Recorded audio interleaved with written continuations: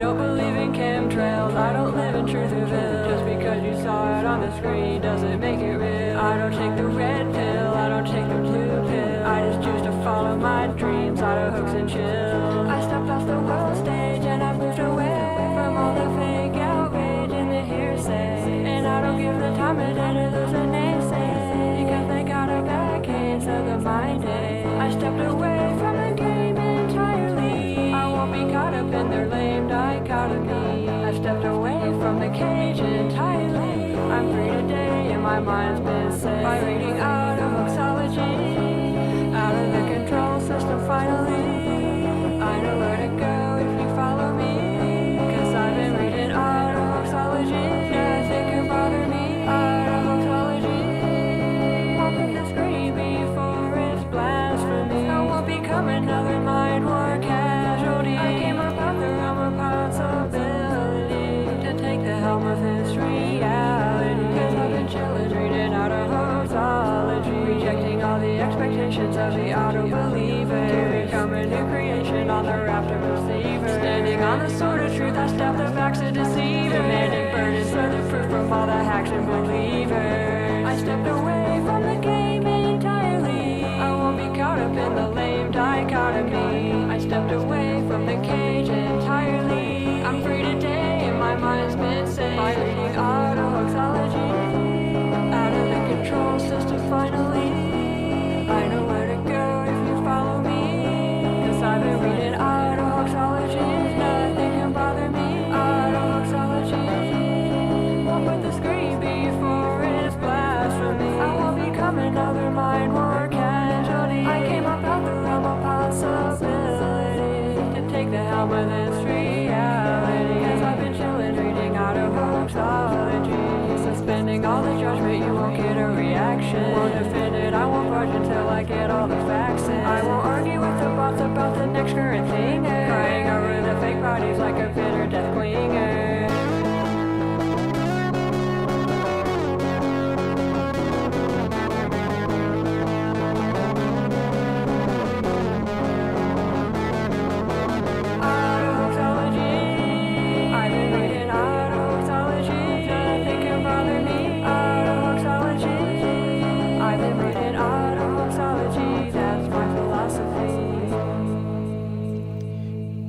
Alright everyone, thank you for joining 7/5/2024 X Day. This is Auto Hoaxology, new amazing track by Symvia, inspired by the book Auto Hoaxology 101.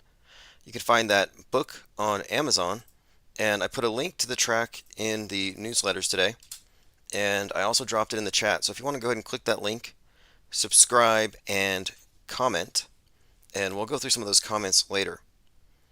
So today's July 5th, which is X Day. If you're not familiar with the Church of the Subgenius, they believe that on July 5th at 7:30 a.m., the Exists, aliens from planet X, aka Nibiru, would be arriving to annihilate the non-believers and rapture the believers into the saucers.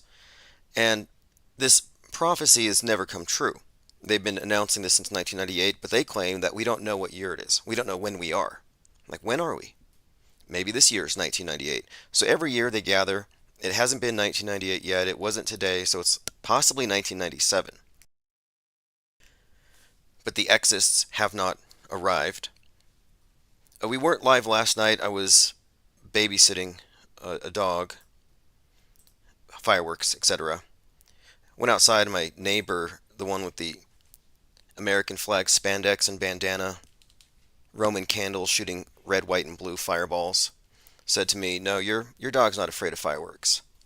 He's just a commie who hates freedom." That didn't actually happen. I'm just mixing fiction with facts like the MSM does. But I was babysitting a dog who's terrified of fireworks, as many dogs are. And we were looking at dog symbolism, by the way, because isn't it interesting that the dog days of summer kick off 7/4, around this time. So July 4th, July 3rd, July 4th, the dog days of summer begin. And what do we celebrate with, besides fireworks? And the dog star goes behind the sun for a period of time. They call this the dog days of summer, 7/3 to 8/8. According to the occultists, like the cryptocrats that run the world, this intensifies the energy of the sun and Sirius. Whatever the case, the name Sirius, the star, from the Canis Majoris, it means scorcher. And you'll notice many headlines using the phrase scorcher. It's a scorcher. But the burning dog has been a theme.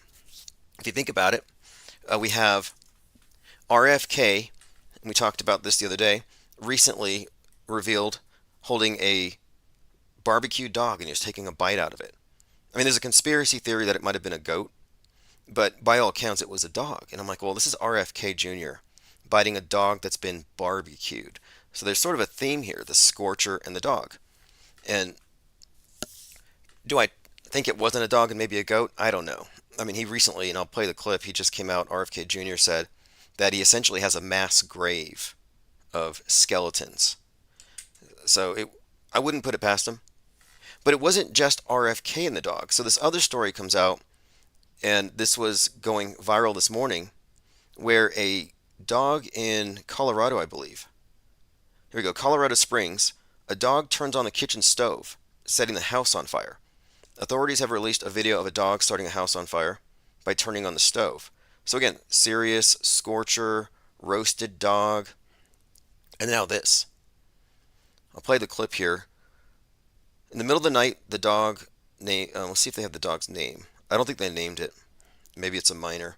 But the dog goes up onto the stove and turns it on, setting the house on fire.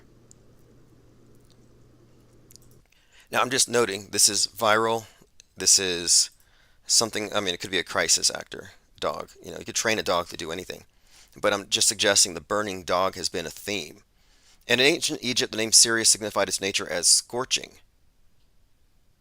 And this is the star that woke up Truman from the Truman Show. It's the star of initiation. It's the God star. It's the star that is the focal point of so many rituals within the Masonic and occult compendium of rites. For example, every Masonic lodge has the star, the pentagram representing Sirius. It's typically associated with the idea of floods and, of course, the New Year's. For example, New Year's, Sirius reaches its highest point and then it falls. As the ball drops, you count down, you're actually summoning the energies of Sirius down. The heliacal rising of Sirius, when it gets past the sun and it starts to rise right above the sun after the end of the dog days of summer, tends to preclude the floods. And then 9/11. Now, if you remember, on 9/11, 2000, there was a dog named Sirius, a golden, it was one of these canine dogs named Sirius. And Bill Clinton was photographed with the dog on 9/11, 2000, and he said, Sirius is beautiful. 1 year later, Sirius the dog burned in the Twin Towers. If you believe the story, which I don't, but I'm just suggesting here the burning dog, blazing star, blazing dog star, some kind of a connection here, which will continue to flesh out. So much interesting news. I mean, there was 4 people bitten by sharks in Texas yesterday. And I got a comment here from one of JL's videos. Cohen researcher Ant said, lo and behold, a shark attack on July 4th, just like the movie Jaws. A woman in South Padre Island, Texas, looked staged to me. I heard they were doing CPR on a body in the water. Which, yeah, it's probably a floating training dummy. But I looked into it, and it is true that Steven Spielberg's Jaws is the daddy of all 4th of July movies. It revolves around, quote, keeping the beaches open for the 4th of July and the mayor. Again, there's this someone trying to prevent the shark attacks. I have a list of things to go over, but let's go ahead and see who's in chat here. We're going to talk about the RV explosion, JFK's mass grave, Witsit capitulated. Witsit gets it capitulated to the fact that there's no chemtrails. I twisted his arm a little bit. He finally admitted it and totally just ceded the conversation.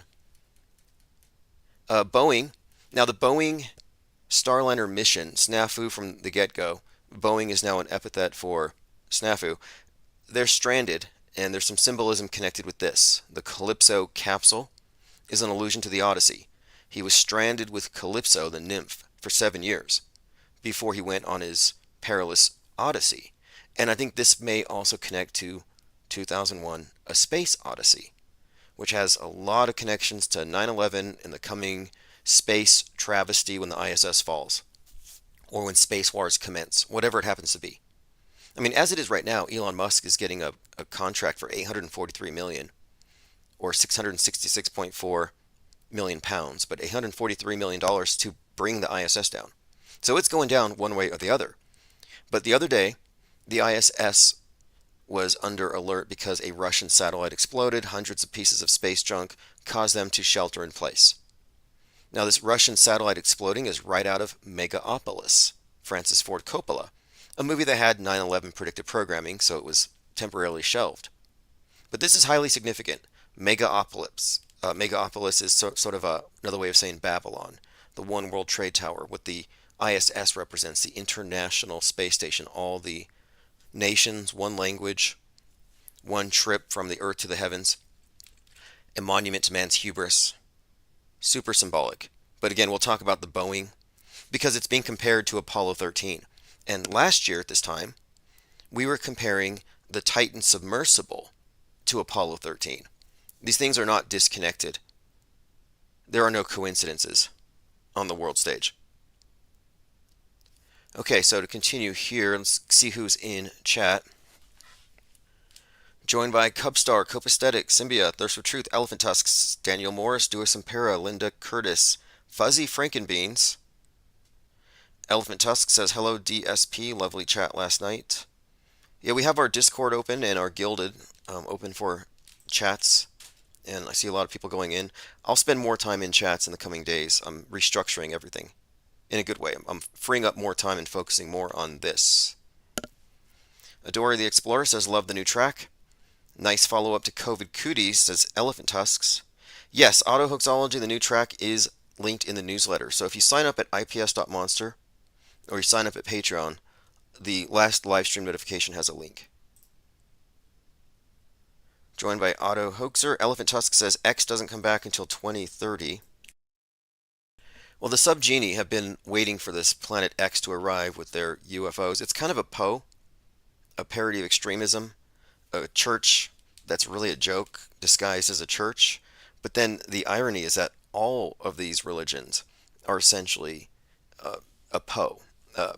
What I mean by it is that they're all built on something fallacious. There's somebody somewhere deceiving or duping a lot of people with some false claim to the authority, some divine mandate. And this is just another one of these cults, but they consciously designed it to be a cult. Doesn't mean they're not serious. JC says, greetings from the UK. Yeah, well, X Day, again, had a prophecy. On July 5th, 1998, the scheduled end of the world didn't happen, but it has been celebrated on July 5th every year since. Again, the supposition here is that we don't know what year it is. We don't know when we are. So I think they're just, right now, what is it, X Day 25 or something? And this is a cult that claims that the God of the Bible is a space alien. That's the bottom line. They're not flat earthers. Linda Curtis says, my blind beagle did not take the fireworks well. Lando Rock says, being ruptured sounds like a nice change from our soap opera reality. You nailed it. That's the whole point. They want people to want to be raptured. They want people to be so sick of the drama that they want to be raptured by aliens or by, I suppose, whatever's going to pick them up, angels. They all want out of here. And what I'm saying is that the elite want to push you out of here. They want to disabuse you of your enjoyment of life, to even believe that life is enjoyable. Environmentalists are just here to spoil your fun. And if they can overwhelm you with drama, they can certainly get you to decide that maybe we ought to just go to Mars. Let's just sign up for the Mars bases. Let's get into the Hyperloops and follow Musk to a better world where there's no Republicans or MAGA hats or AR-15s. That's what they're doing. So you might be falling prey to cultural pessimism, which is something I definitely make it a point to watch out for. I don't want to accept the premise that things are getting worse. I actually run with the opposite. I'm like, well, maybe the big conspiracy is hiding the fact that things are getting really good. And the better they get, the less they have any power to really distract us from how good things are. All right, I want to talk about Candace Owen for a moment because she's been digging deep into, and there's a lot of celebrities now touching on this, and she's a celebrity. you might call an alt-right influencer, but she's just an actress. She doesn't believe what she says. Her husband's the CEO of Parler, if you remember the Parler Twitter imitation that was taken down. A total player. She was behind, a game player. She was behind White Lives Matter with Ye, helped destroy Ye's career. But my point of it is, this is a provocateur. She was acquired by the Daily Wire to say things that, if said by a white male, would be construed as racist and sexist. But now she's on this flat earth kick, but she's going deeper, and she's talking about the satanic underpinnings of NASA, JPL, the OTO, Aleister Crowley. She's going into all of this, but in a very superficial way, and she's framing it as, see, science and NASA is Satan. The media is satanic, is another thing she has said. So this Satan or satanic elite thing is part of a psyop. And what she is doing is she's further driving a wedge between science and religion, as though if you believe in science, you're now following a satanic cult and you should in fact reject science. And I reject that notion. They have this progressive utopianism versus traditional, I guess you call it traditional values, but the far right, radical, whatever you want to call them, they're really MAGA. They're going towards traditional values and older concepts of sin and evil. This is why the right wing has been saying, starting with Tucker Carlson, that aliens are evil. They're demons. Aliens are demons? But the left wing is like, we believe. Give us your tech. You're more evolved versions of us. So the left worships aliens. The right thinks they're demons. The right worships or believes in angels, and the left laughs at that. But these are the same myths, just updated. Sort of like the right doesn't believe in ocean levels rising from global warming, and the left does. That's because it's a neo-eschatology couched in the language of science. Now, she's not wrong in saying that science, well, she is wrong. When she says science has become a religion and a pagan faith, she's actually wrong. Uppercase science, scientism, you could argue, has become central to the one world religion, which is essentially what we get from our media, the worldview we all share. And it certainly is using, again, the language of science, but it's different from lowercase science. Science is a belief system, not an ideology. You're not supposed to believe in science. It's something you do. So to be anti-science is to say that you're against fact-finding. You're against reality testing claims, having standards of evidence. We should not reject science and then clutch Bibles. And I don't believe that she's really a Catholic. She converted very publicly, like a lot of these alt-right figures are doing, and they're proclaiming Christ is King. But to them, it's just a meme. But let me play this clip here, and we'll talk about it. And this is because the more research I am doing, I am just mind blown. I am like, what is actually happening in our country? Please tell me any of you knew about the literal satanic origins of the NASA Apollo program. As in, like, every time the person let a jet propeller, they were like worshiping Satan, like saying satanic chants. This is what I mean by shallow. And she should read my book, Secret Religion of the Elite. Jack Parsons read the hymn to Pan, and they throw the word Satan into the mix. But Satan really isn't in the mix here. And one of the reasons they do this, it's probably deliberate obfuscation, because NASA is a new iteration of the same religion she's a part of. You look at the Pope, St. Peter's Square, worshiping the obelisk 3 times a day. Yeah, the obelisk is still here today in a newer form. It's the rocket that takes you to the heavens. Space is the new heaven. So she's become Catholic and she's criticizing NASA. Well, I'm sorry, but you're in NASA's cult. NASAtology is just a new version of Christianity in many ways. It's the state religion. It's part of the state religion. NASAtology combined with scientism. But let me add this, because for all her criticism about NASA being satanic, it just shows her ignorance about what she's a part of. So let me mention this, because I just learned about this yesterday. When Buzz Aldrin first floated the idea of celebrating communion during the Apollo 11 mission to the moon, NASA responded with skepticism. The agency fended off a lawsuit filed after the astronauts broadcast themselves reading from Genesis during Apollo 8. The activist, who was an atheist, Madeleine Murray O'Hair, said this was a violation of church and state. Intriguing. They don't recognize that NASA is the church. I'm not being hyperbolic when I call it an Egyptian mystery school. I know exactly what I'm describing here. But it says here, the Church of Astronauts still celebrates Lunar Communion Sunday. Webster Presbyterian Church still celebrates Lunar Communion Sunday every year on the Sunday closest to the July 20th anniversary of the moon landing, according to this Presbyterian church, which they call it the Church of Astronauts. It's been the spiritual home of many astronauts. But the point of it is this, and it didn't come out for years. Buzz Aldrin did the Catholic Mass and celebrated the Holy Communion on the moon. And this is very consistent with what I've been saying all along. It says here, Aldrin took a moment to read from John 15:5. I am the vine, you are the branches. Whoever remains in me, I in him, will bear much fruit. You can do nothing without me. And then he performed the Christian ritual, making him the first person to celebrate a religious rite on a heavenly body other than earth.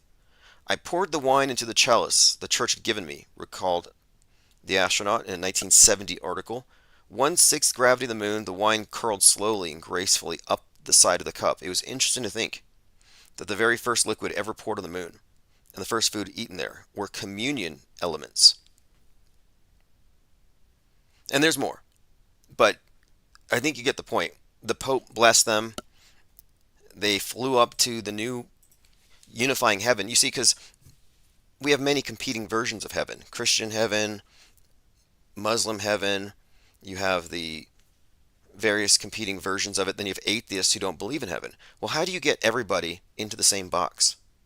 You create a meta heaven. You create a heaven that's an umbrella under which all of the other ones fall, which is outer space. Same way to get there, worship the obelisk, which represents the sun god, the god of ascension, god of resurrection. So you fly up into the heavens physically in this new cult. That's how they do their rituals, but it's the same thing. They're not taking it to space. It's all allegory. But again, Candace Owen wouldn't understand, or rather does not understand, that she's a part of the same thing that Aleister Crowley was a part of. Aleister Crowley, Jack Parsons, they weren't Satanists in the sense that Christians think Satanism exists. They practice the Gnostic Catholic Mass, and they worship Christ, but they worship him under a different name. They use different names, sun gods. These days it's the beast. They actually refer to, that's what Aleister Crowley gets the beast from. But the beast represents the sun incarnate, just as the Babylon, in their view, is the goddess incarnate. But they have, it's Magdalene and Christ. It's the same split. We talk about this all the time. If you look at the rituals, look at the last few Super Bowls. You had Usher in white with the phoenix, which is a Christ symbol. You had Alicia Keys in scarlet red. This red and white represents Christ and Magdalene, or Babylon and beast.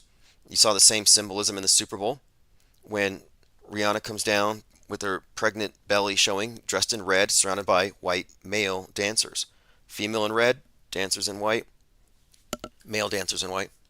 You got the Kendrick Lamar video where or performance, where he's got the crown of thorns and he's in white like Christ, and then all the female dancers in red smearing blood on him.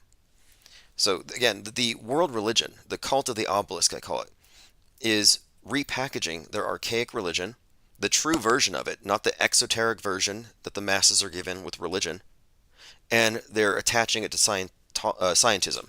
I call it NASA-tology, this new space religion. Is it different from Scientology? No, it's really not. NASA-tology and Scientology are the same thing. Maybe NASA-tology has better special effects. Scientology has better actors. Maybe they should combine forces. Actually, they kind of are. Tom Cruise is going to space. That's going to seal the deal. I think it's highly significant that Cruise spent so much time with Kubrick.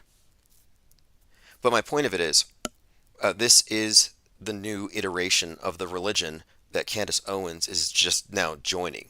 You know, sort of like the mainstream media is the new church. And it's just repackaging, for all intents and purposes, the older worldview in a newer context. We're talking about mind control.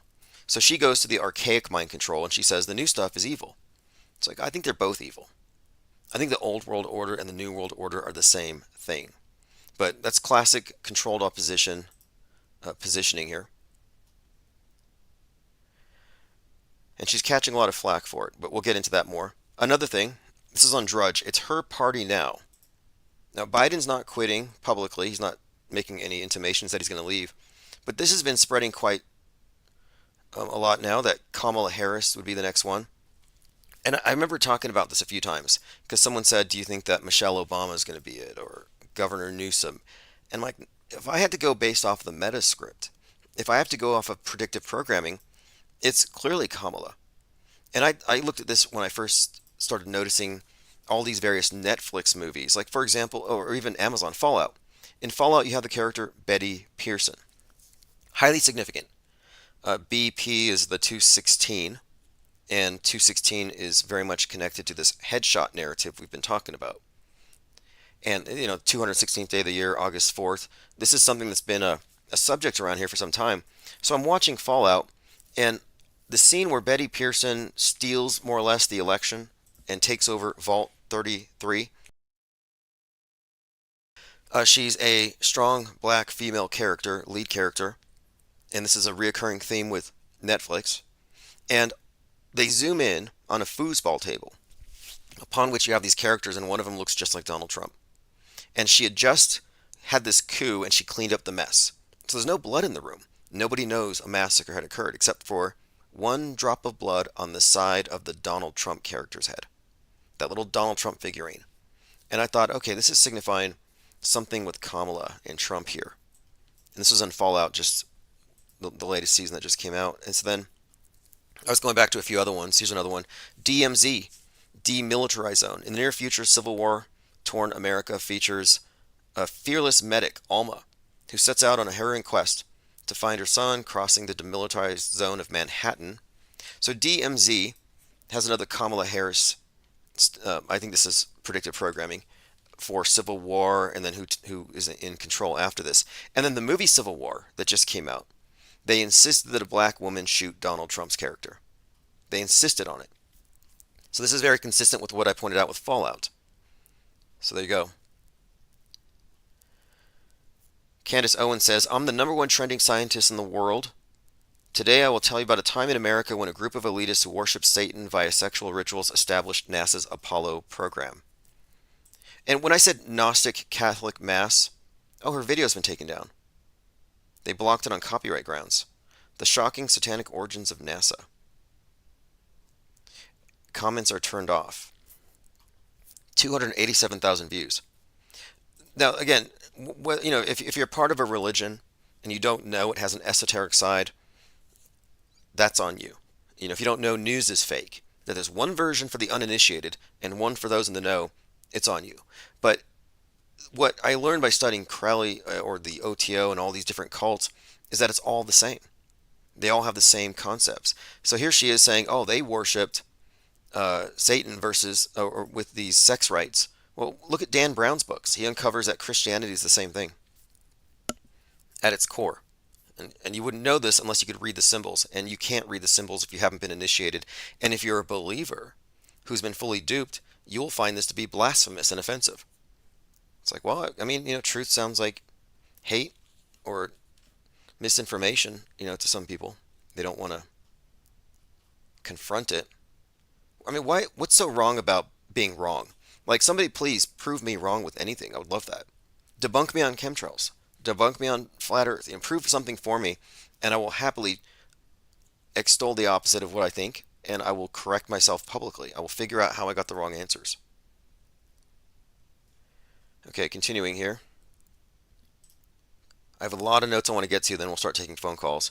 Synchromorpheus found this, and Lean Dion posted it too. This is we talked about this yesterday with Garrow, or how the Atlantic has this image that shows this Trump head wound in the artwork. Well, here's another one. Project 2025, the Heritage Foundation's plan to embrace bigger government during Trump's second term. Now, this Project 2025 has been hyped up by a lot of people in Trump's orbit, and now he's saying he has nothing to do with it. It's just like a laundry list of Christo-fascist platform, I guess, positions, things that they would want to implement. It's totally unworkable and unbelievable. But anyway, on this image you see Donald Trump and the art has like tears in it. So if you zoom in, it pretty much looks like you're looking at a bullet going toward his head. So these are really strange graphics overall. This little triangle piece going right into his head, but this is par for the course. We have seen a lot of this kind of stuff. Bullet to the temple. And the Atlantic is owned by George Soros's son Alex Soros, so that when they do something, they're obviously going to point fingers at Soros. It's part of the guard railing of the fakery. Here's another one. The Case Against Trump, a Guide, 34 Convictions, has all these arrows against a blood red background pointing at Trump's face. So this is part of a reoccurring motif. It's a theme. They have been headshotting Trump in front of us subliminally for years, but it's been intensifying in recent months. It's undeniable at this point. It is a huge part of whatever's coming next. But they put it out there not because they have to tell us, because they're programming us to accept what they're about to do, and they want us to just accept it as inevitable, as the logical conclusion from what came before. Like, obviously this was going to happen. That's what they want you to think, so they're normalizing it. But they're not going to do anything for real. It's going to be fake. And most of the big channels out there that talk about this stuff on X, who are like, oh yeah, there's this predictive programming for a Trump head wound, they're all insistent that it's going to be real, that it's going to cause real chaos and real. It's like, no, it will be provocative, but we still have no reason to think that what follows it is going to be real. Can you point to anything real after any of these other events? For example, you have a number of events after 9/11, other terror attacks, and it's like these are all coming from the same production company. Catch up on some comments here, then we'll continue. Oh, well, let me play this clip here. This is RFK Jr. saying that he has so many skeletons in his closet that if they could vote, he would be the king of the world. I said this from the beginning. I am not a church boy. I am not running like that. I had a very, very rambunctious youth. I said in my announcement speech that I have so many skeletons in my closet that if they could all vote, I could run for king of the world. You're talking there. So he's got a mass grave of skeletons, and this is his way of not answering an allegation of something he did when he was 45 to a 20-year-old, and he won't even comment on it. About the nanny situation. I mean, I do have to ask her. I mean, are you denying it or not? I'm not going to comment on it. All right. Well, what a coward. He's not going to comment on it. Brave enough to walk into an airport, into an airplane restroom barefoot. Not brave enough to comment on this horrible allegation, but by way of making an excuse, I had a rambunctious youth. I have so many skeletons in my closet. Insane. Okay, moving on. This is an interesting little connection. This was posted in our Gilded server today. If you haven't seen it yet, there's a movie called Roadhouse out starring Jake Gyllenhaal, which is a remake of an older movie. And Synchromorpheus posted this. I haven't looked into it, but there's this Wade Wilson who looks like some Jake Gyllenhaal character. And I do see a striking resemblance between the way Wade Wilson has been presented as compared to Jake Gyllenhaal in Roadhouse. Now, what is the significance of this? A couple of things. First of all, in Roadhouse, Jake Gyllenhaal, who is a stand-in for Donald Trump, when you're talking about predictive programming, certain characters carry certain messages or archetypes that relate to real, quote, real-world stage characters. So Donnie Darko is Donald Trump. And this is revealed in the movie Donnie Darko in the subtext. It's hardly even subliminal. It's almost like Leave the World Behind. Some of these things are just out in your face, very obvious. But the connections between Trump and Donnie Darko are voluminous. The movie has 9/11 predictive programming, 2020 predictive programming, headshot predictive programming. And think about that for a minute. People see The Shining, And they're like, look, Apollo 11 references. Yeah, but you're missing the 9/11 references. And then, if you think that's crazy, you wouldn't have known until decades later that it had predictive programming for COVID and more. I mean, I'll say this. Kubrick didn't direct the moon landing. He directed the 20th century. I've heard that from someone, a Kubrickologist, or what do they call themselves. There are some people who have done such deep, granular, nuanced work into Kubrick, and even they often miss the bigger picture, the picture of fakery. I mean, it's really a fascinating topic, but anyway, in the movie Roadhouse, Jake Gyllenhaal exhibits what you would expect for someone who's playing a Trumpian character. He has the one eye symbolism at the end where his face gets beaten. But interestingly, now as it compares to this killer, the killer, and this is a serial killer who's being executed for something, his name is Wade Wilson. And Wade Wilson is noted by his trademark tattoos. His face has got these almost like Joker-esque lines all over his face, heavily tattooed face. But the name Wade Wilson stood out to me because in Roadhouse, Jake Gyllenhaal's character was referenced as Wade Waco. I'm like, well, Wade Waco is a character in a Western pulp paperback. And the story is called Death at the Double X. So you have the double X, which most of you know, the double cross, the 4-4, T2. There are so many ways that Donald Trump has been associated with the second coming symbolism. So Death at double X, and then Waco is thrown in here. Wade Waco. Well, Waco is where Trump kicks off his campaign. Waco, American Apocalypse had just aired on Netflix. Wade Waco, WW, kind of at 33, and there's all kinds of that built into this. Constant reference to the Burning Man, the Christ, the Second Coming. I mean, that was all over Dave Koresh at Waco, that he was the Second Coming of Christ. So again, it's all very well interconnected here. Again, the Roadhouse connects possibly to this killer. Now, a couple more things about this individual. Wade Wilson, Florida killer, shares his name with Marvel Comics character Deadpool. So I'm like, that's fascinating. So his name is consistent with the character called Deadpool. He does look quite a lot like Jake Gyllenhaal in Roadhouse in that photo, the way he's been presented.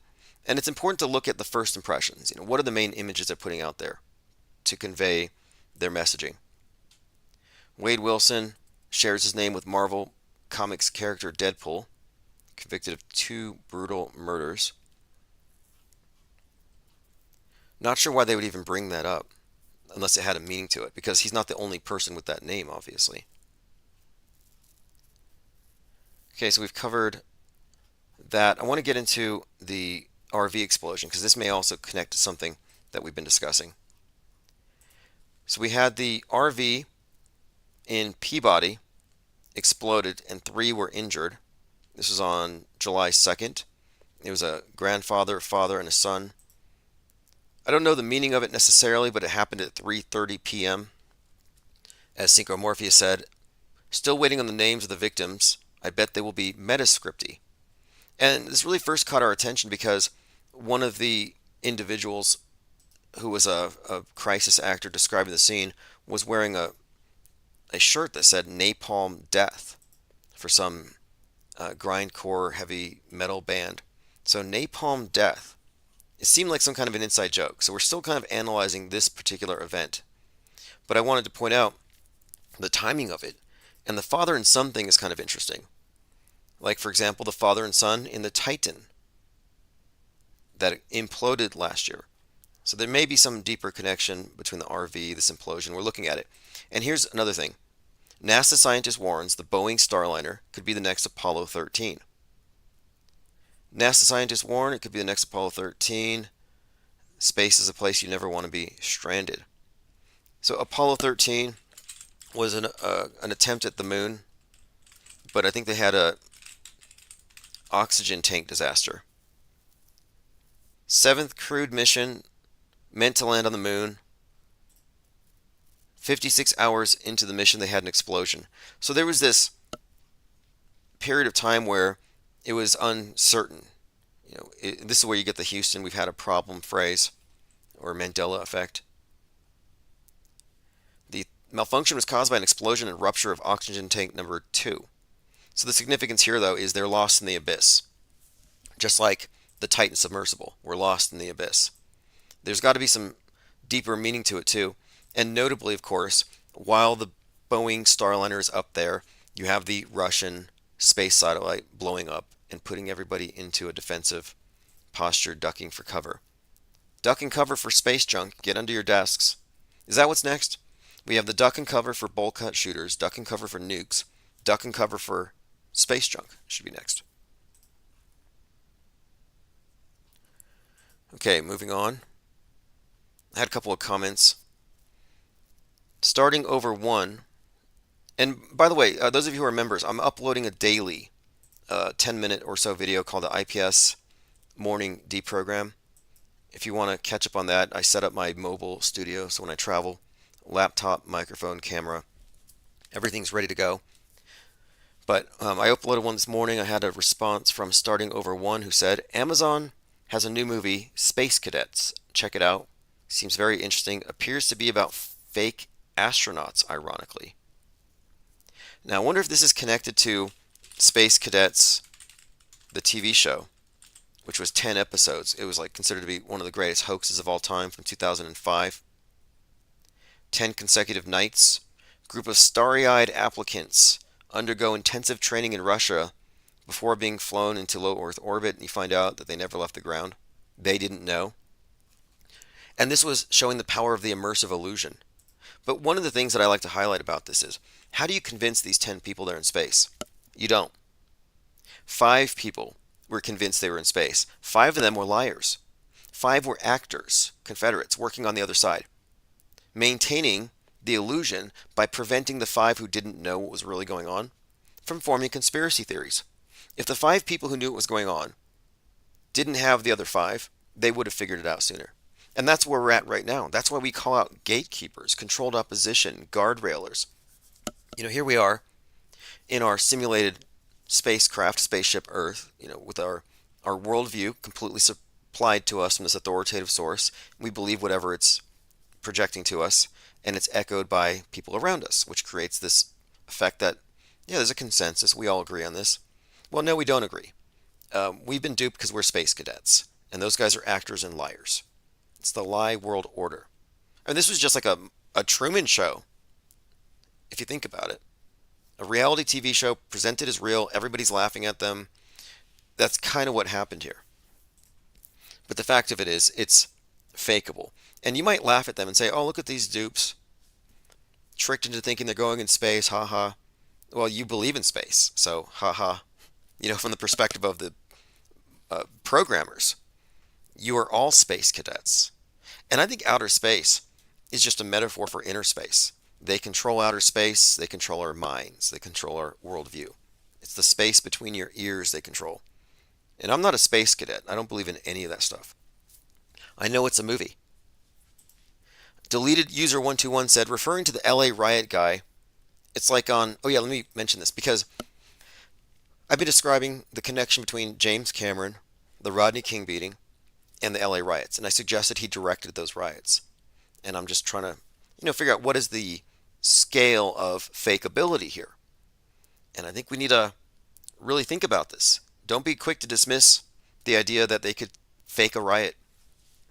Look at Kenosha, 9/11, for example. 9/11, you had 88 drills. It's a lot of personnel to do simulation.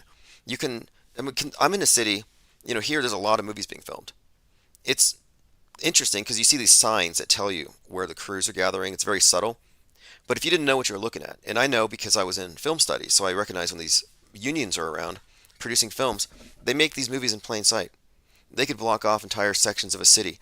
It's like a military operation in a way. It's a psyop. You can psyop anything. You could psyop riots. Just because you see smoke, just because you hear sirens, doesn't mean it's a real riot. Even if you see people running around with stolen goods, there's a point where there's this overlap. Opportunism, useful idiots. And this is the part it's worth studying. For January 6th, for example, it's entirely feasible. In fact, it is a fact that During Trump's speech, the action had already started. It was staged. Those were all actors. No outsiders were involved. And if someone had decided to go partake in the riot, like let's say you wanted to go run up the hill and go into Pelosi's office, well, you wouldn't make it on time because it's a 45-minute walk from the ellipse to where the action was happening. You wouldn't have made it. So I'm discussing, well, how much of the Rodney King thing was fake? The beating was fake. The beating was filmed by somebody who was filming a James Cameron movie in progress about an evil cop. Terminator 2 has an evil cop, a Derek Chauvin. Again, this is all symbolic, very meaningful. The police represent, Derek Chauvin is Derek Western chauvinism, the Proud Boys, Western chauvinists versus BLM. It's all code and symbol. So I'm looking at the fact, and this is what James Cameron recently revealed, that what set off the riots was the Rodney King beating, filmed on a tape that was previously, a few minutes before, filming Terminator. Is it ironic? Is it a coincidence? No, it's a clue. Anyway, deleted user said, it's like the people in 9/11 who will say, I saw planes. I saw planes at the building, but they didn't. I saw planes at the building on television, and they fed that into what they thought they saw in 9/11 in real life. There was a taxi driver who said he saw no planes at the building. I believe him. What did Nixon say? Americans believe anything as long as they see it on television. Exactly. Excellent points raised there. So again, I'm open to the possibility that it could be totally staged and faked. And anything that happens that's real is being done by perhaps people, crisis actors are often dragged out of prisons.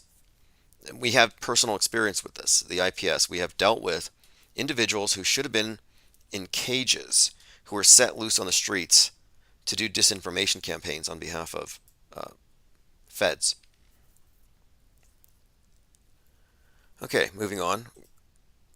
We'll continue to follow this Boeing Starliner thing, but the fact that it's being compared to Apollo 13 is ominous. Okay, let me catch up on your comments. Quite a lot going on. Okay, here we go. Linda Curtis says, Sirius in September is heading up farther away from the Earth, taking the heat with it. Sirius had to die on 9/11. Well, 9/11, of course, is the Coptic New Year. So you have that New Year connection. On New Year's Day, it's all about Sirius. And then you have the heliacal rising of Sirius over the sun, which would denote the New Year in Egypt, but also the floods. So there's these reoccurring themes here. All right. Lando Rock says, being raptured sounds like a nice change. Oh, here it is. Elephant Tusk says, Sirius controls our world.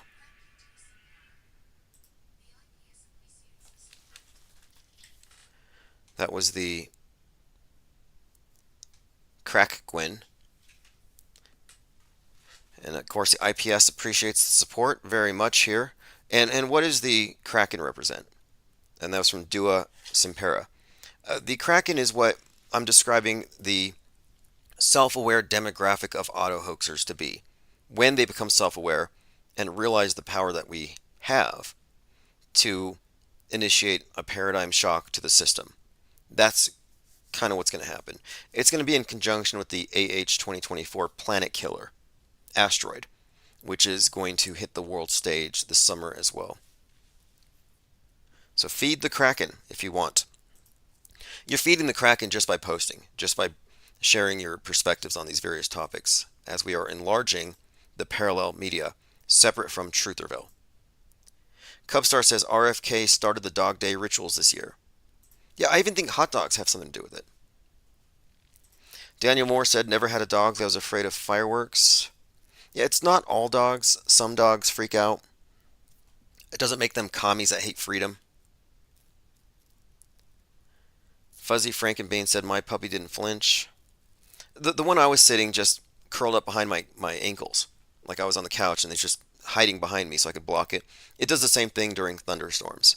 Like, so if there's incoming fireworks, mortar shells, lightning bolts, like I'm going to take the hit first. Daniel Moore says, why so serious? So that is interesting that you bring this up, because Joker, why so serious, is obviously a reference to the Dog Star.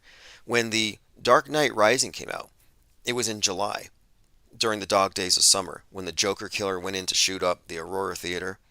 And that's when I started to realize, okay, Batman and Joker are being used in these psyops. These movies are being used to carry messaging. And as it's evolved, you can see that Joker represents the left, the oppressed, the Antifa, the wokester. Batman represents the right, the Christo-fascist, the MAGA, the vigilante, basically the militiaman. So you have the Proud Boys, Soy Boys dialectic built into Batman and Joker, with all the other symbolism there as well. Cubstar says the goat excuse is because Capricorn is rising and Capella is setting on the start of the dog days. Yeah, the RFK Jr. story went from it's a dog to it's a goat. And remember last year, we were talking about the symbol of the crab, the kraken, and the Titan submersible, like a crustacean going, beneath the water sinking, and the significance of it all. Because there's quite a lot of symbolism here into this stuff.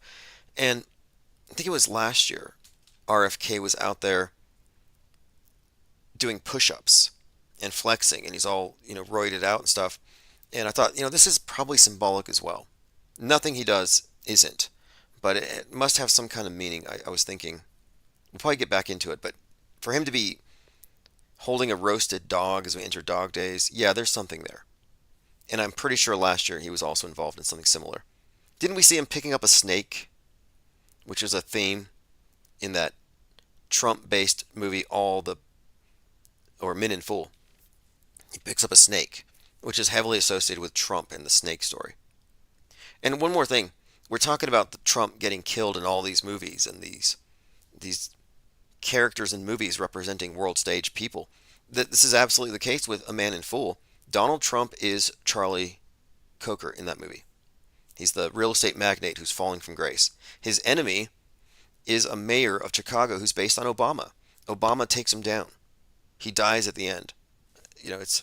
It's so obvious to me that we're looking at a method of propagandizing the public with ideas and scenarios and narratives, drilling it in, boring neural pathways, making everything that they present on the fake news seem plausible.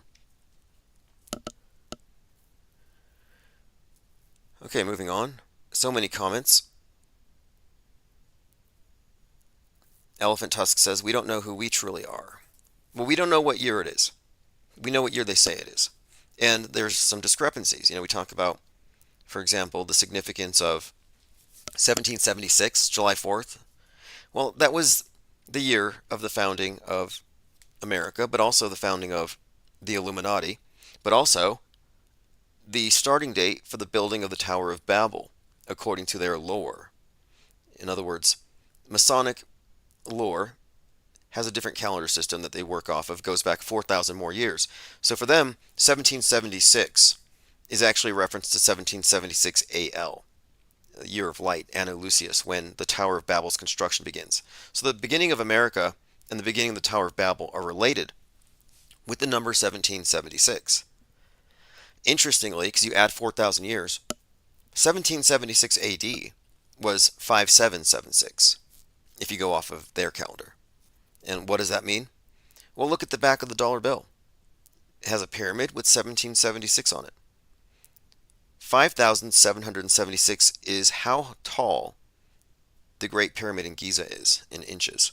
So you have a connection between Giza's pyramid, the dollar bill, the Tower of Babel, and the founding of America. And then you can connect this to the World Trade Tower, the One World Trade Tower, which opened on 11/3/2014, 13 years after the two towers fell. And the One World Trade Tower is 1,776 feet high. And from the base of it, and I've seen this on Reddit and a few people have pointed this out, from when you walk up to it and you look up, it has the appearance of being a pyramid. And from afar, it's obviously a syringe, which is highly significant. But here you have a pyramid. That's the One World Trade Tower that replaced the twins. That's the Tower of Babel pyramid on the back of your dollar bill. 1776 feet high, 1776 Andalusius, Tower of Babel, America as Babylon. New York, represented as Babylon at the Cathedral of St. John the Divine, with these carvings that preceded 9/11 that showed the 9/11ing of New York as Babylon.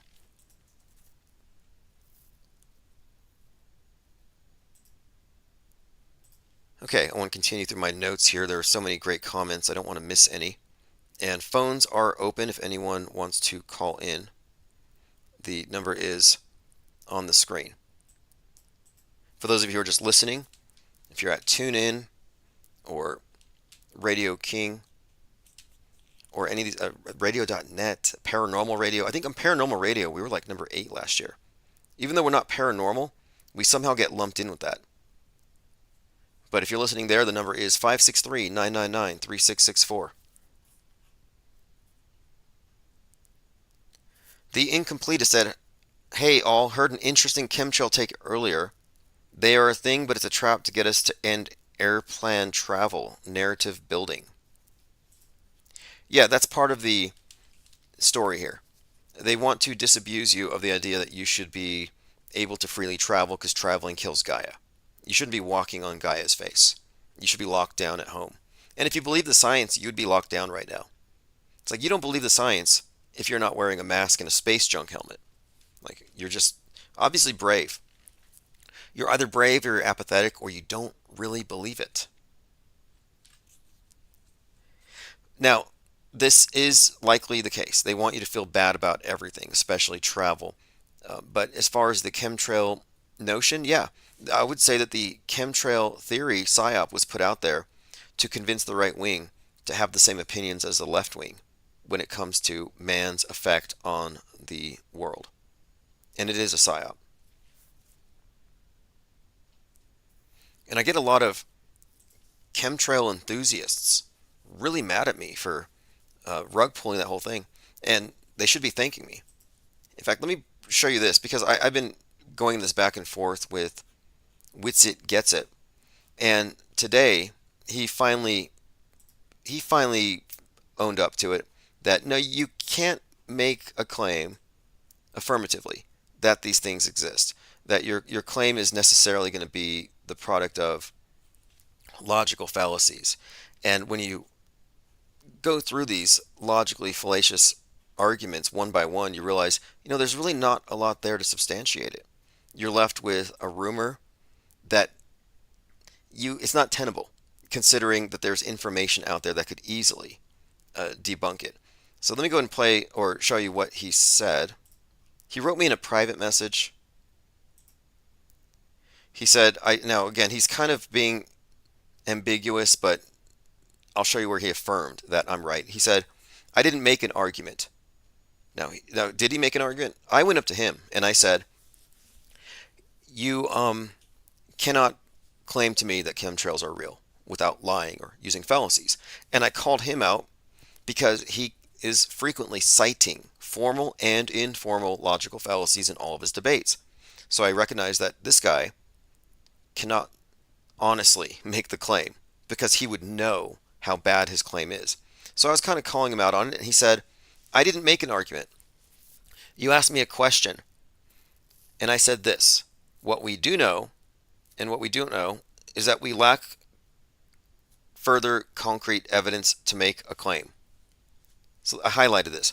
I lack further concrete evidence to make a claim.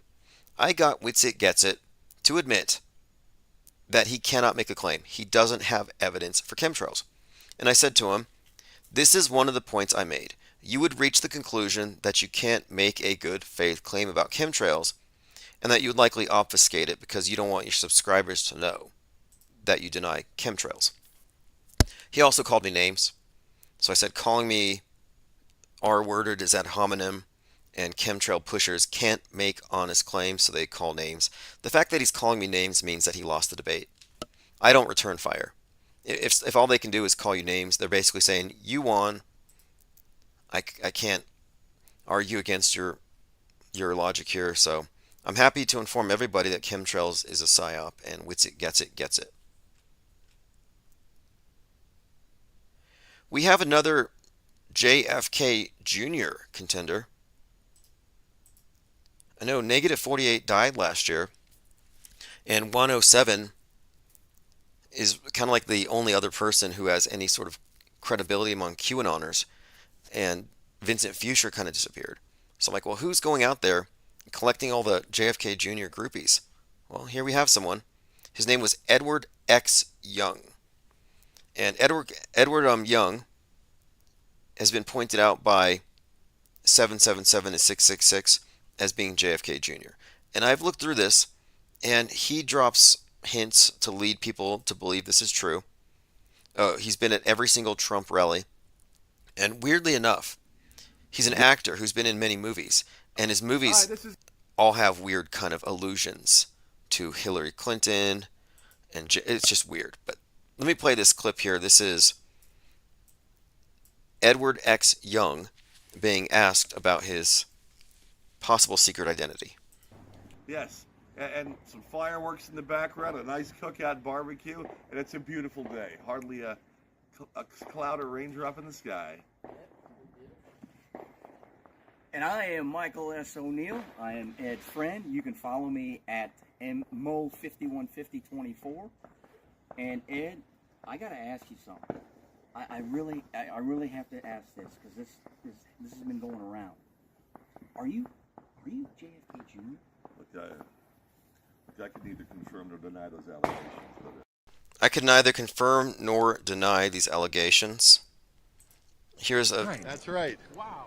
And not only that, I drove almost 500 miles to get here, 498 miles from Point Pleasant, New Jersey. My name is Edward X. Young. And yes, this is going to... We have voice comparisons with Edward X. Young. I'm Edward X. Young. I'm from Brick, New Jersey. That's in South Jersey. He wears the green MAGA hat. But there have been comparisons with his voice and JFK Jr.'s, and some believe he's the same.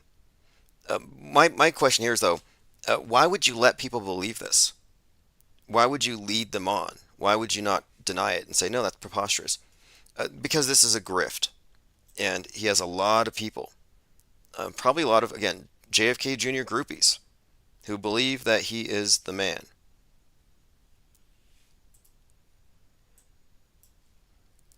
All right, back to your comments. We had a few more things I wanted to get to. Very busy chat room today, by the way, which is great.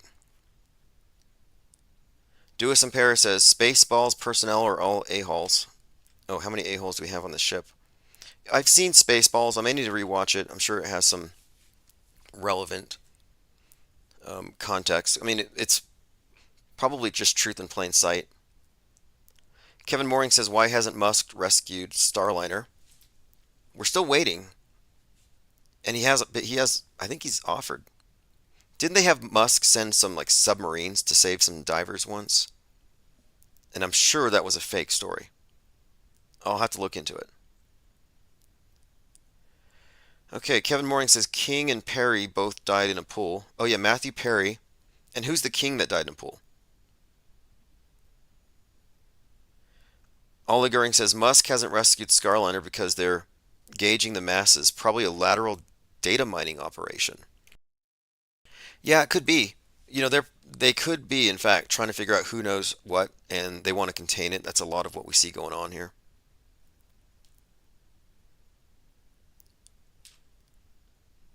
Mango Penguin says there was a temple shot in the new Beverly Hills Cops movie. Oh, really? And Trump was in this place. He was speaking at a place called Temple. And nearby, yeah, Donald Trump at Temple University. And nearby, there was a sheriff or a police officer who was shot in the temple, shot in the head during that event, which I thought, seems a little psyopy. Echo Charlie says, Sirius is a binary star. We might have a second sun too, I heard whispered.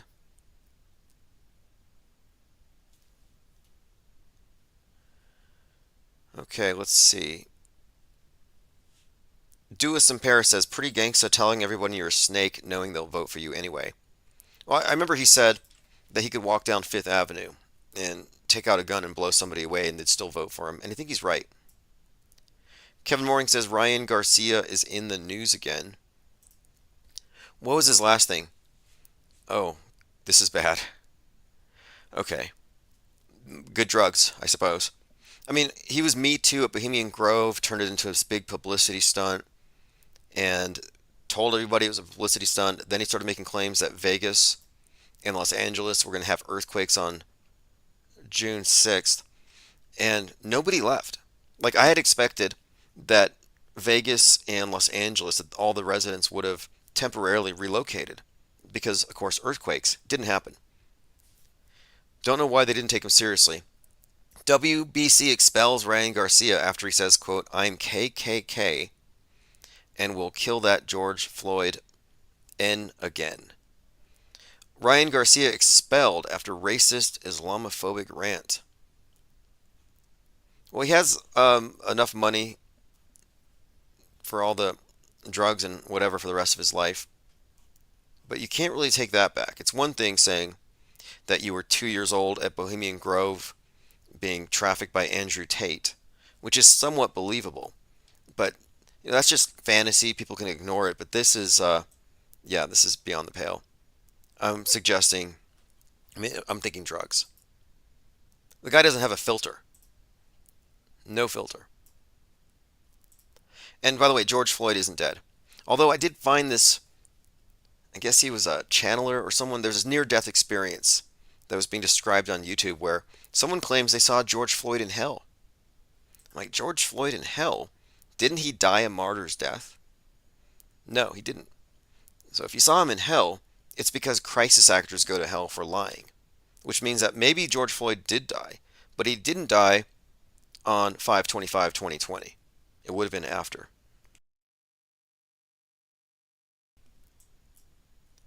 Jessica Lynn says 888 plus 888 is 1776. Yeah, and in Christian gematria numerology, Christ is 888. So 1776 you could look at as a second coming number. It has that connotation built into it. And these numbers and all stuff, we talk about it all the time because it's there. We're not extrapolating anything. We're not putting numbers into calculators and trying to come up with new configurations. We're just pointing out what they describe, what's on your dollar bill, and what it really means. Duas in Paris says Giza Pyramid is made of 2.3 million stones, 2.3 trillion mission dollars on September the 10th. Okay, I was just talking about this earlier today, how the number 23 is heavily associated with the dog star, Sirius. Throughout all of the occult literature, Robert Anton Wilson's books, which later figure prominently as inspirations for Jim Carrey movies, which all reference Sirius.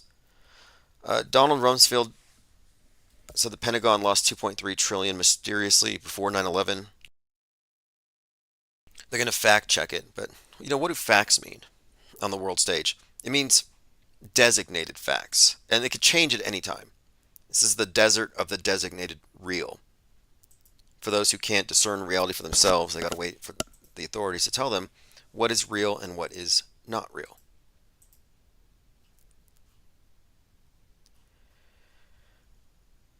Here we have Jim Stewartson commenting, 7 years ago, The Real Roseanne had a #1 TV show. Then she became QAnon. Now she promotes this, quote, "There are 8 or 9 continents," or whatever the number is, and there's a magnetic mountain in the middle. So here's Roseanne Barr hanging out with deep inside the rabbit hole. And, okay, Jim Stewart blocked me. I can't play it. What's with all these people on Twitter blocking me? I mean, I could print out every block notice, and I could have a wallpaper. This person has blocked you. Yep, you're blocked. Okay, well, anyway, it's Roseanne Barr and deep inside the rabbit hole, and they are talking about the possibility of there being new continents.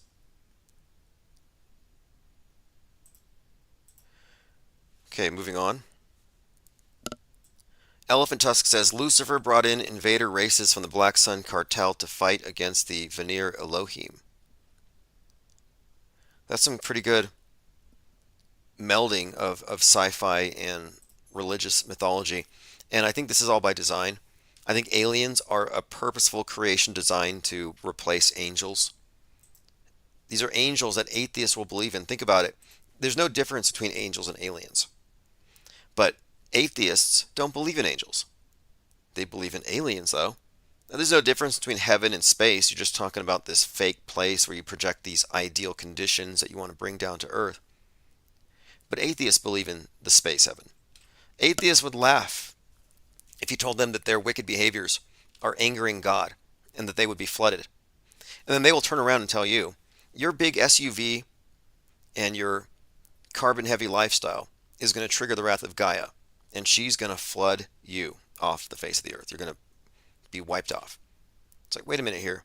It just sounds like a repackaged flood myth to me. And if you dig deeper, you'll find that, yeah, it is, in fact. Symbolism. It all matters. They tell you.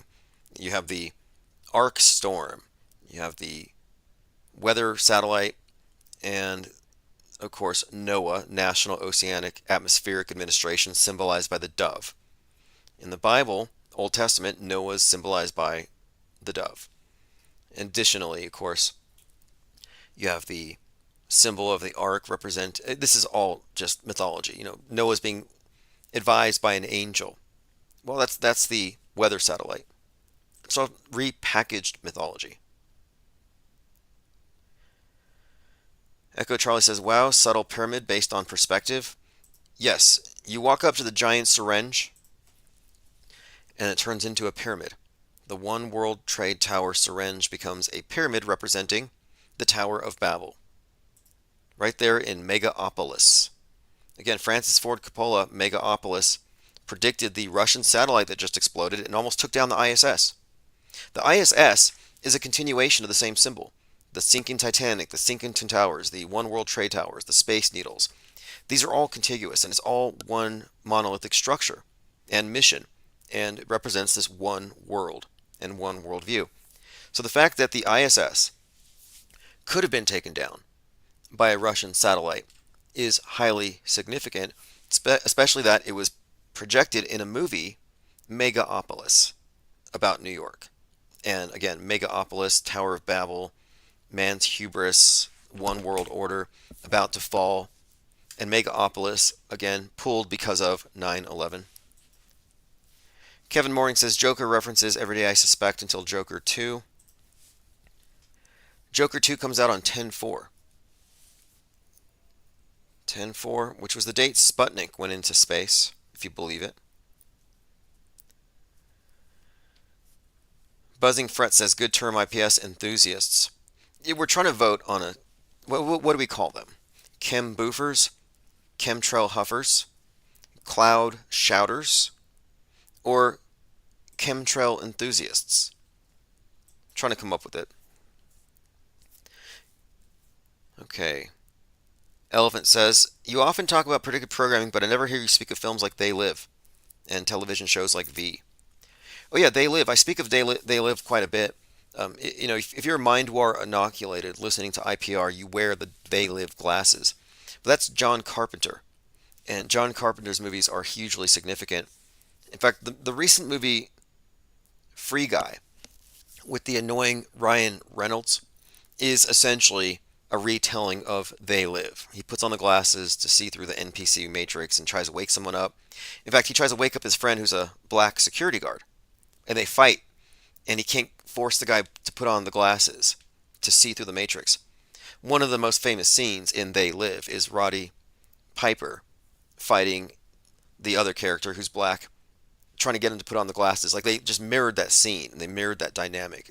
And the point of it is, it's kind of like a Matrix-y type thing in that sense. But in They Live, it's Martians that have dominated the world. They control the media.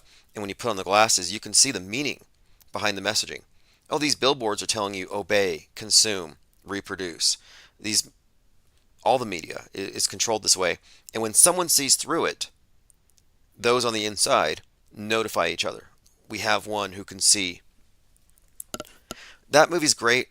I would also recommend in the Mouth of Madness if you want to understand how the world works.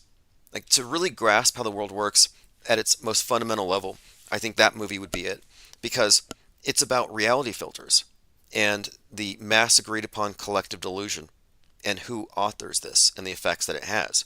In this John Carpenter in the Mouth of Madness, it's about an author named Sutter Kane, whose books are so popular that it begins to create a bit of a problem. People are basically living in this other version of reality. They're getting so immersed in it, sort of like converting to a religion. You know, you can imagine someone who spends a few months immersed in religious texts and they go through this conversion. Well, they're converting into this other world, this horror Stephen King-like world. But the idea is that everybody is so hooked on these books that it becomes more popular than the Bible. It becomes the dominant influence. And then reality itself begins to conform and becomes this nightmare world. And the protagonist is a private investigator trying to find this author. And he finds him in a castle where he's typing on a typewriter, and behind him is this black void. And this is essentially the chaos that precedes creation. You know, God speaks the word, and all the chaos becomes creation. Well, Sutter Kane is usurped God.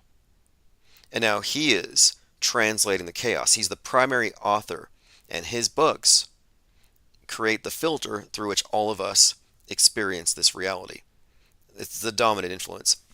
Of course, anybody who's not with it is, they're wiped out and killed by those who are converted to this thing. But I mean, it's a horror movie. It's kind of a comedy, but I think it does describe how things really work. Just replace Sutter Kane with mainstream media. Replace the books with all the different platforms, and it perfectly explains it all. And at the end, his name is it Ed Harris? Who's the actor in the Mouth of Madness? In the end, he's the only person who's sane, but he's locked up in an insane asylum. And it's Sam Neill, the guy from Jurassic Park. So he's the only sane person in the world, and he realizes he's in a movie. So he's watching his own life play out on a movie, and he's eating popcorn and laughing as the movie ends. So the whole message is that he comes to this paradigm shock. He realizes we're all in a movie. And I think this is a big tell. I think this is actually how things are. We are in the Mouth of Madness is, I think it's a reference to the portal to the subconscious and the control they take over that.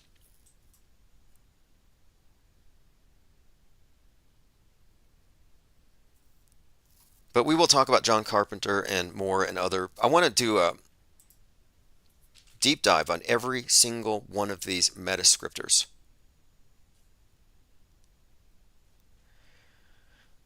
Echo Charlie says Biden's forehead is controlled by Jim Henson behind the curtain.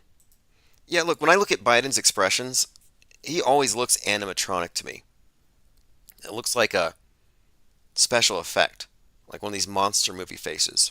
It doesn't look like a normal person. And I've seen Vice President Joe Biden. That's a normal man, aging normally, looks normal. And then out comes this kind of pinch-faced, beady-eyed, tiny nose guy with a much smaller skull. And I don't know. I can't say for sure. Is that an act? Probably. It wouldn't surprise me. He's acting like an Alzheimer's patient. He's acting like a senile, elderly person. But it could be an act. I'm not saying it's Jim Carrey. Don't know. But as scripted as things are, I don't think they take chances. I don't believe there's anything random here. So I'm perfectly comfortable saying that is some actor in a creepy mask.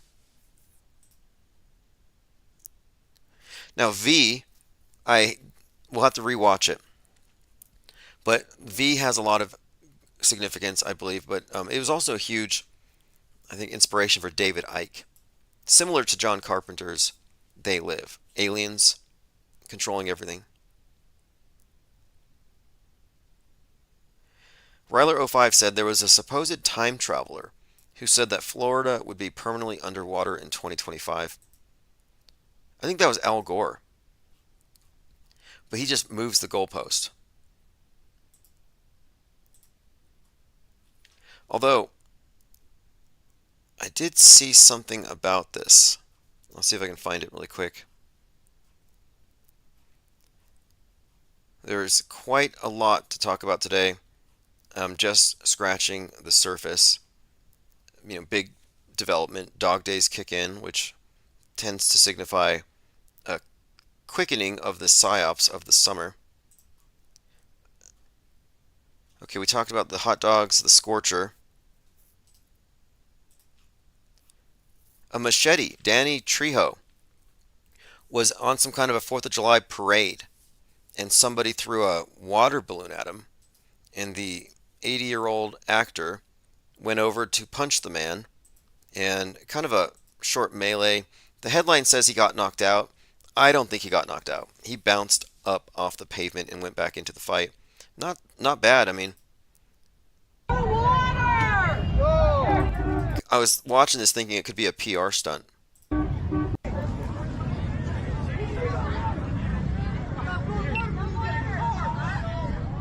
They're saying it's just water, it's just water, it's just a water balloon. So there you see Danny in his white shirt, and we brought him up the other day because we were talking about Robert De Niro at the Trump trial and how De Niro was in Machete playing a Trump-like character, and Machete, played by Danny Trejo here, snipes him. But here he is getting into a fight, down on the ground, and bounces right back up. It could be WWF style promotion for perhaps a movie he's doing. I don't trust anything when it comes to these celebrities doing stuff on the ground, on the streets, on the world stage. Could be a promotion for something. Fake until proven real. Okay, moving on. Nick Fuentes is very prolific on Twitter, and he's mad at Trump because Trump has disavowed Project 2025. And he says, "I hate to say I told you so, but Trump's disavowal of Project 2025 is the latest and most undeniable proof that the second term will be plagued by the same personnel problems as the first." And so I asked him, since Daddy Trump has turned his back on Project 2025, will you cease doing the Trump accordion hands? A lot of people who worship Trump, like Fuentes, adopt his speaking style. Tim Pool was speaking with his Trump affectation for months. I was like, why is this guy talking like Trump? I kept calling it out and he stopped. And by the way, there's no E in Tim Pool. And Tim Pool is paying for Alex Stein to go to Antarctica. Another kind of side note here. But Nick Fuentes was recently at some event, a Charlie Kirk event. He gets kicked out and he gives this speech, and I'm noticing that when he talks, he moves his hands are wide open like jazz hands. And then he's flapping them like wings in front of his body, or like he's playing an invisible accordion. And like, that's familiar. Where have I seen that before?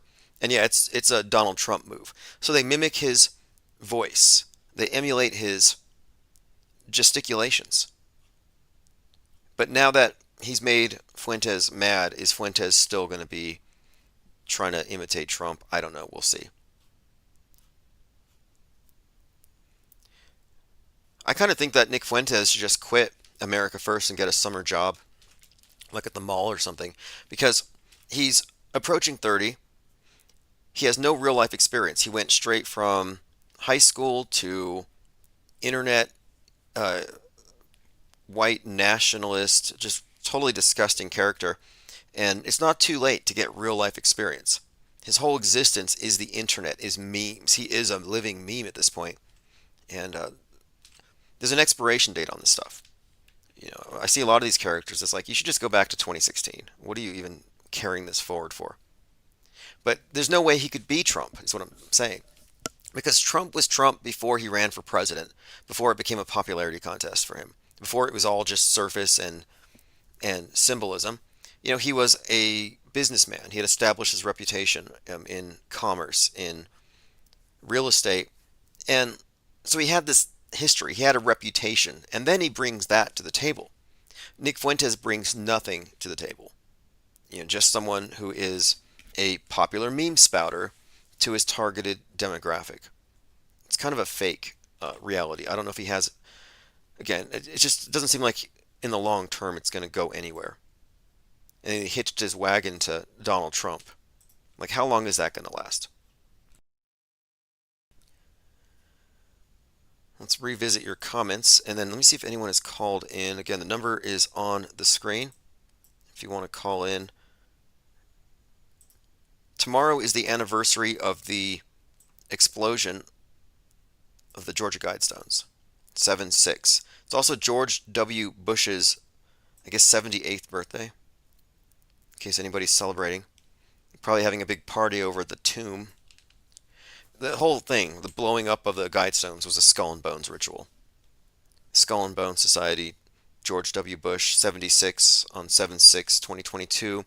The Georgia Guidestones, which opened on 3/22/1980, after 42 years, were destroyed. There's a big story behind it. We'll revisit that tomorrow, though. Lloyd posted this.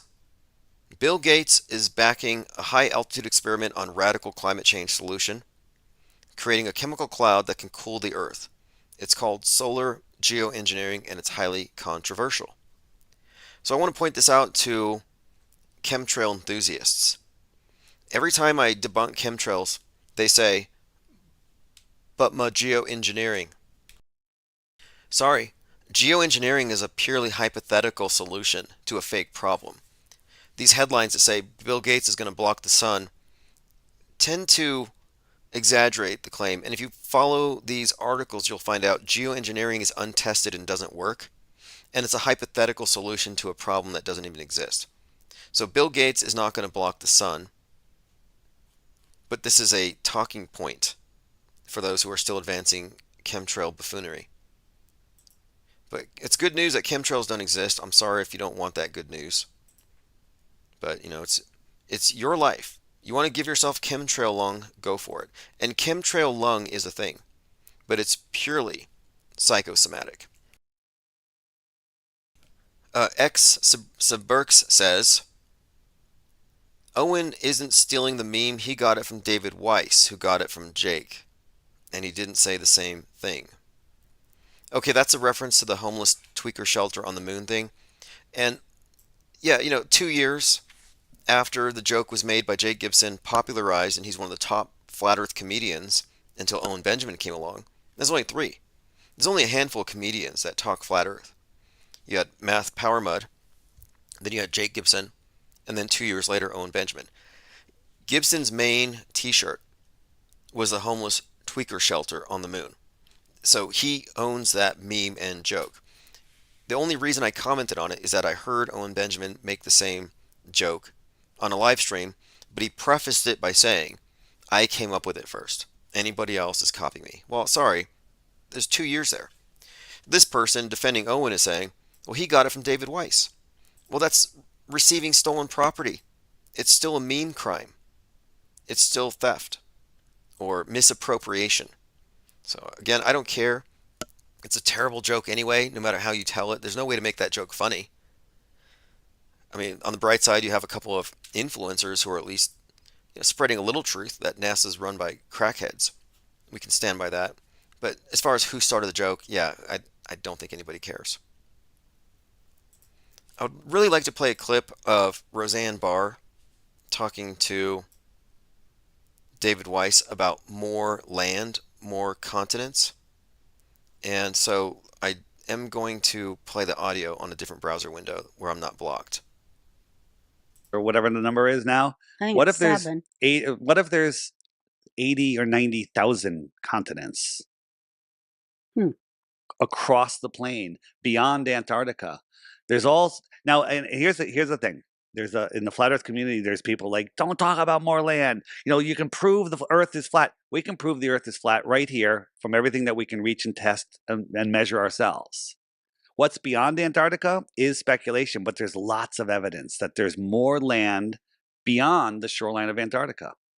So you're saying that, like, okay, wait a minute. So it's like a pie, and Antarctica is the pie crust? Well, it's not just across. And imagine a lake 100 miles across in the middle of Kansas. Okay? He's trying to explain infinite plane without saying infinite plane because you're not supposed to say that because it might draw attention to the IPS think tank, who have been talking about this while this guy was still promoting a dome, a glass dome, and there's no point in going to Antarctica. Now, strangely, ironically, David Weiss is 100% opposed to anybody going to Antarctica. He thinks it's a bad idea to let someone go down there to do the final experiment to prove the Earth round or flat. He's strangely opposed to that, which is strange because now he's talking about 90,000 continents. Well, I want to go.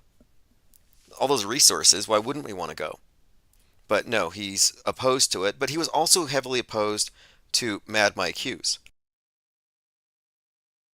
Don't know what it is. I mean, it's not like we're competing for app sales. So I'm not really understanding why he's so opposed to anybody getting more information, which is the only thing we should be doing right now. Getting more information. And there's a lot of popular talk about moon landings being faked. You know, people like Candace Owen even talking about it. But I want to point out that the moon landing is another Sandy Hook. The fact that it's fake is immaterial. The concept of fakery is being missed when we only focus on these singular events. We're missing the forest of fakery because we're watching loudmouths run laps around one or two big fake trees.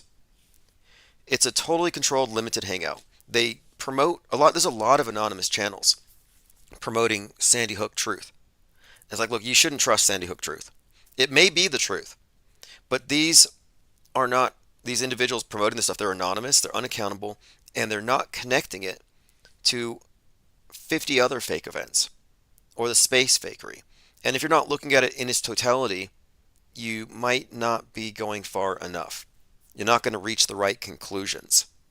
Same thing with the moon landing. There are people who professionally debunk the moon landing, publish big books on it, and yet they still believe in space travel and secret space programs and alien bases and space stations.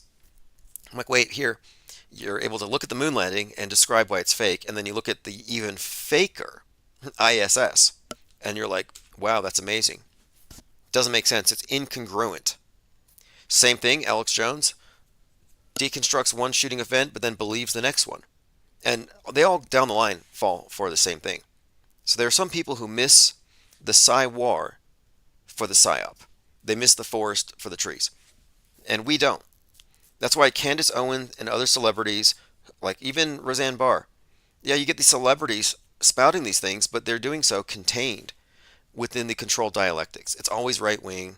It's always 1 degree separated from neo-Nazis, racism, sexism. I mean, Candace Owen is the poster child for internalized misogyny, and she espouses all of the racist ideologies of the right that you can't say unless you want to be called racist. But she has protection because, of course, they basically instrumentalized her, of her gender and race. And she did it, you know, willingly, complicitly, whatever you want to call that. Rapper admits to shooting Foolio for $10,000. There's this post that came out on Foolio's Instagram that suggested that his death is a hoax, and now you have this individual coming out saying that he did it, which doesn't mean it was done. This could be part of the hoax. I love, bro. On the dead homies, bro. I put it on everything on my soul, on my kids, nigga. I'm the one that smacked Julio Foolio that night when he got dropped at his birthday celebration, bro. You feel me? I ain't gonna show my face and give my identity away or nothing like that, but you know, you just showed your face. This is, obviously, I think it's a hoax, but he's admitting that he shot Foolio for $10K, which isn't a lot of money. Did that, you feel me? It was money on his head, you feel me? I rock with Ace and them boys, you feel me? ATK, you feel me? I be in Jacksonville heavy, you feel me? If you know, you know. But yeah, you feel me? I did that, you feel me? I handled that because, you know, Ace had that money on his head, you know. Ace had them put that 10K up. Told me to slide, told me to smack fool because, you know, he got tired of that nigga running his mouth playing all the time, you feel me? So what had to be done had to be done. Okay, anyway, I guess my main takeaway here is that if you're making so much money as a rapper, couldn't you spend 5 or 10K bulletproofing your cars? It's a very common thing. I'm not buying it. I think it's a hoax for a few reasons. We'll continue to examine this one critically. This is a meme. This is a truther meme. And I just want to point out this is part of the cultural pessimism. They don't want you to fly. They want you to feel bad for everything. Everything is toxic. When you're a truther, you exit the dream world. You enter the nightmare. The nightmare is just as fake as the dream world. You're better off dreaming, just peacefully. But look at this. Since I've awakened, all of this looks like poison. So now you're awake, so you go into a grocery store, a convenience store, and everything is toxic, everything is poison, the sky is poison, the water's poison, everything's killing you. This is what they call awake. It means you're paranoid. You've been rendered paranoid. This is clinically diagnosable insanity. I'm scared of everything, scared of the air. I got a comment here from someone. Now, this is another one of these internet preachers. I'm following these QAnon truthers, and there is this one who is talking about how we're just about at the point where the Great Awakening is going to start. And how many years have they been saying there's going to be a Great Awakening? And he said the heaven is going to open and people will see the light. I'm going to play a clip from this and then a comment that I saw. It's going to be wild watching what's going on. I think we're very, very close. The word that we got this past few days is that coming out of the backside of Treasury, that it is imminent, quote unquote, and that it's very, very close, and they believe that the process has begun. So it's very close. The process has begun, and the heaven is open, and people are going to see the light. Now the question is just how quick is the rollout? Right. You know, people have talked about the 10 days of darkness. I think when we first started this, we were talking about 3 days of nonstop perp walks or videos. 3 days of perp walks. They believe that all the Democrats are going to be lined up by the military and taken out and shot. So this is the Great Awakening they're talking about, the Great Bloodbath. And they're just saying, well, when is it going to begin? Well, maybe it's about to begin. Finally. For me, it's the heaven has opened and the people are going to see the light, and which we've talked about for over 30 years. Now, I remember this individual telling me that on September 23rd, 2017, the tribulation will begin. I'm like, oh, it's the end of the world? He said, no, it's just the beginning of the end. The beginning of 7 years. Well, we've gone past the tribulation, and I haven't seen it beginning yet. But one commenter sarcastically said, the quakening, spelled with a Q, quickens. The Q-apocalypse and the Q-rapture are very, very close, if not imminent. Not today, but tomorrow, and it has yet begun. And my response, mostly agreeing with him, the beginning of the beginning is about to begin, which will signal the start of the Great Awakening, which will be the end, which is the beginning. But it's about to begin, so grab your popcorn. And a lot of people agreed with me on that. Like, yep, it's all about to begin. This is hopium. This is what you see in Trutherville. This is what huffing chemtrails does to your brain, does to your cognition. Unbelievable. It's like, you know what, at some point you just have to give up hope that everything's going to end badly. You got to give up hope that there's going to be a global bloodbath and a global snuff film that we all have to watch on TV. Your murder fantasies, your heads rolling down the street fantasies, your locking up Hillary Clinton stuff, you're going to have to let that hatred go. Really, the Q movement is just pure hate, if you think about it. It is hate for celebrities, hate for America. It is, in fact, the domestic equivalent of radical Islam with their values. MAGA band values are, in fact, Islamic. It's a templated thing. The radical Islamic, the caricature created by the CIA. We're talking about the deep state being the equivalent of the great Satan. And all of the trad right values correspond perfectly with this. This is why they hate celebrities. It's why they hate Hollywood. It's why they hate movies and art. It really is a very regressive and cultish movement at this point. Okay, let me go through my notes. We talked about Roseanne Barr, Candace Owen, Boeing still stuck in space, another JFK Jr. contender. So many false Kennedys. Does it say that in the Bible that there's going to be many false Kennedys while we're waiting for the second coming? We have exploding RVs, shark attacks just like Jaws.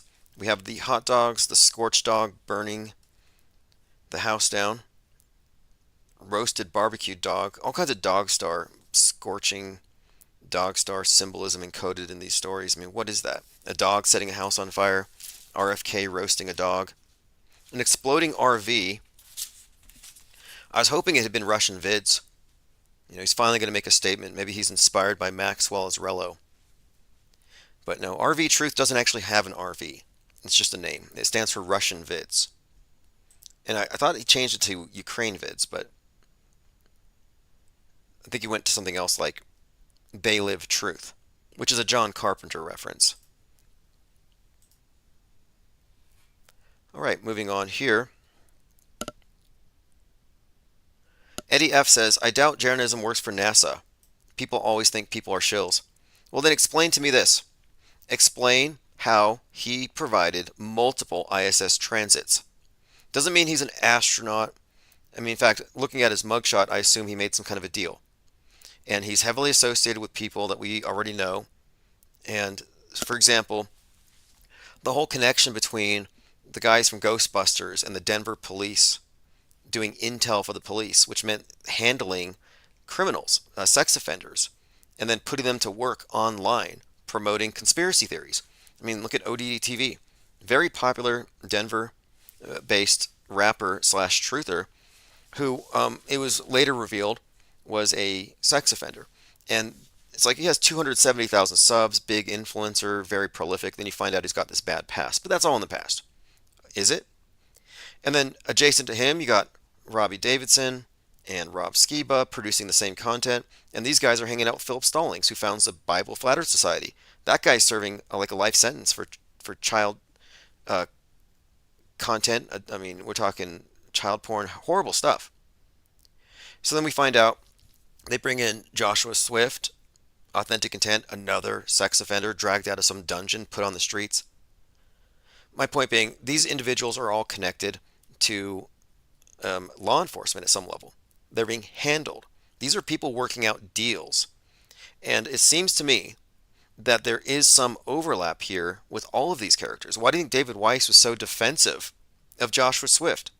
You know, how do you defend a guy who abused a 14-year-old for 6 months? I'm sorry to see. I don't even like talking about this, to be honest. But he defended it, as did all the other people in that clique. They defend each other. So then I see in the same circles, the same people, Jaron is there producing ISS transits for with a guy with David Weiss who was a fake 9/11 witness, claimed he saw planes hitting the building. He told me this himself. David Weiss used to call me when this channel started.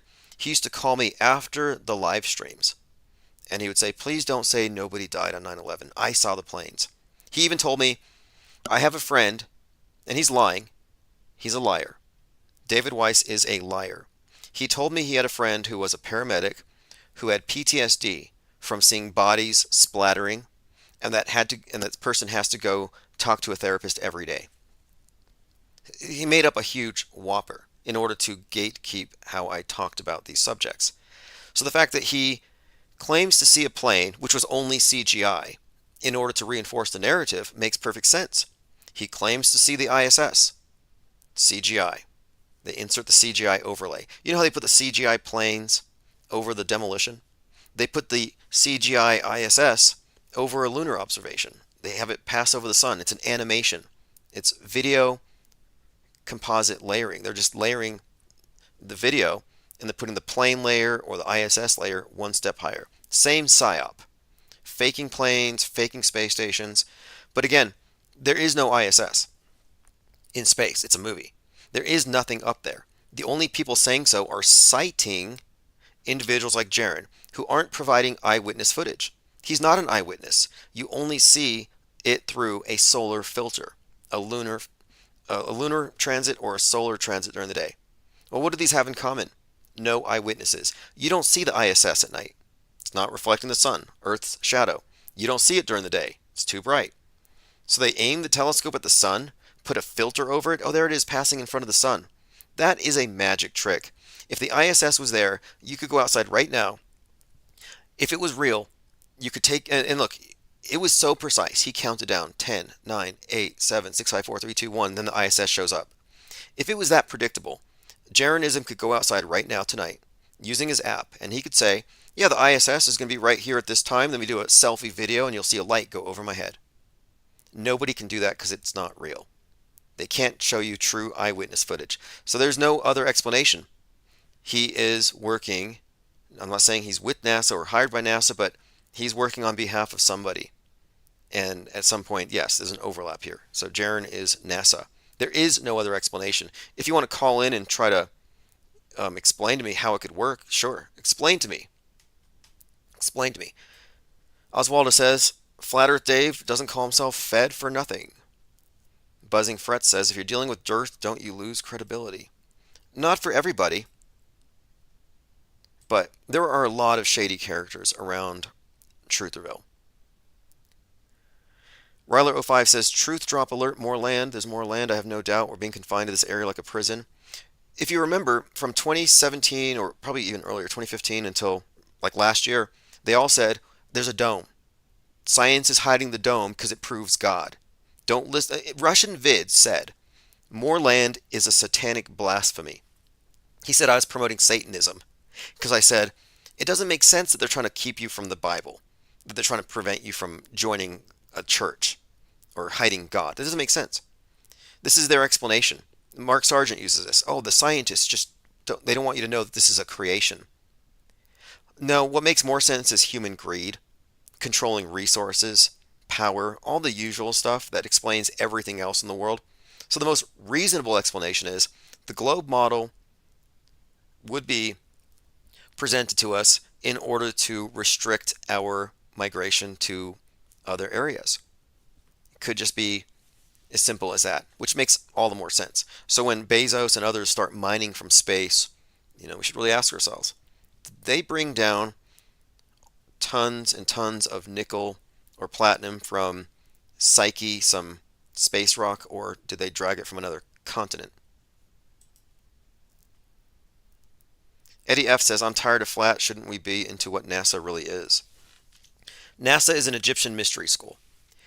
NASA is the ritual pageantry for the One World Order's religion.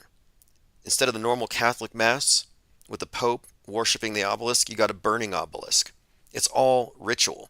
This is why it's very significant that the astronauts, that Aldrin is up there on the moon doing the Holy Communion. I mean, they had Eucharist and wine, bread and wine on the moon. That tells you everything about this thing. It's 100% a cult. It's not about flying around. Osher says, how things have changed since the last time I heard him. Now he's talking about infinite. Oh, they all are. All of these individuals affiliated with these guys, with this group. And I maintain a distance because it's very questionable that you have a Flat Earth conference and 8 out of 10 people are sociopaths with bad criminal records. And they're all engaged in pushing a very specific narrative about a Bible and a dome. And then all at once they're like, what Bible? What dome? There's more land. Kevin Mooring says, didn't Hitler build a theme park on Antarctica? That's where they park their Vril-powered UFOs. 777 says, the whole thing of Jake Orphis and Powerland seems very disingenuous. Well, Powerland called me after we put the Research Flat Earth billboard up. He was super mad about it. And I called CBS, and they called me back. And I told him, I said, yeah, CBS is going to call me because they're going to ask about the Research Flat Earth billboard. And he's like, Jake Gibson's on his way. We can't let you do this. You can't have that billboard up because it will have people searching and they'll find the wrong information. And I'm like, too late. The IPS already bought the billboard. Research Flat Earth, big giant billboard outside of an airport. And it's about to be on the news and CBS is calling. And he said, you can't do this. Flat Earth is my creation. He said that. So I'm like, well, Flat Earth is his creation. He says he owns it. So when CBS called me, I'm like, yeah, this was sponsored by, they wanted to know who was behind it all. I'm like, yeah, just research Math Powerland. And so I put his name attached to the story because he was being such a baby about it on the phone. And I was like, I don't really care. I just want to let the meme out and, just kind of, light the fuse, see what happens. And here he is trying to gatekeep me, trying to stop me, calling from across the country, sending Jake to come inspect me for some reason. And I went ahead and we went through with it anyway. So anyway, he broke down afterward. He cried. He had a major meltdown. Then he moved to Mexico, where now he sells bags of mud. He sells dirt. He's selling the flat earth. So I guess he really did create it. He owns it apparently because he can sell dirt. He's selling flat earth by the ounce.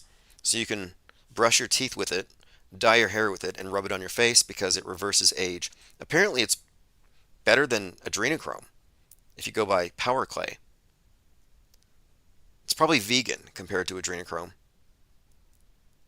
Anyway, all these individuals are interesting. Kevin Mooring says, I love how these document deniers quote government docs. Like, oh, yeah, we can't trust the government, but the leaked docs we can trust. That's called reverse psychology. Witzik gets it falls for this. He's like, well, there's no evidence for chemtrails but government docs. It's like, but patents. You can put anything, you can file a lawsuit for anything, you can patent anything, you can produce documents for anything. It doesn't make it true. It becomes an appeal to authority. And Witzik gets its basic argument for chemtrails was, but government documents, there's lots of government documents, government. Oh, really? Well, what about the government documents about water on the moon or water on Mars? And no, you can't trust those government documents. Oh, really? Well, which government documents can we trust? Just the ones that back up your point of view? That's not how it works. Eddie F. says, I used to listen to Jeranism, but I couldn't listen to Flat Earth talk anymore. Yeah, there was no reason to. I mean, we were tired of this Flat Earth versus Round Earth talk when this channel started. Infinite Plane Society was designated so because we wanted to oppose the idea of Flat Earth Society with their model and their conclusion that they're smugly squatting on. It's like you're squatting on your little domed model as though you have all the answers in the universe. And we're like, I don't know. Infinite to proven otherwise, we have to test it. And no one has done that. And we were instigating this. We had a space program. We had someone ready to go deep, deep, deep south. And they opposed it. Old news, but it's all going to come out at some point in some form. In fact, I'm going to do a expose on all of this for those who missed this bit of history. Ryler says Tupac was a ballerina. Eddie F. says Tupac was an attractive woman with a shaved head.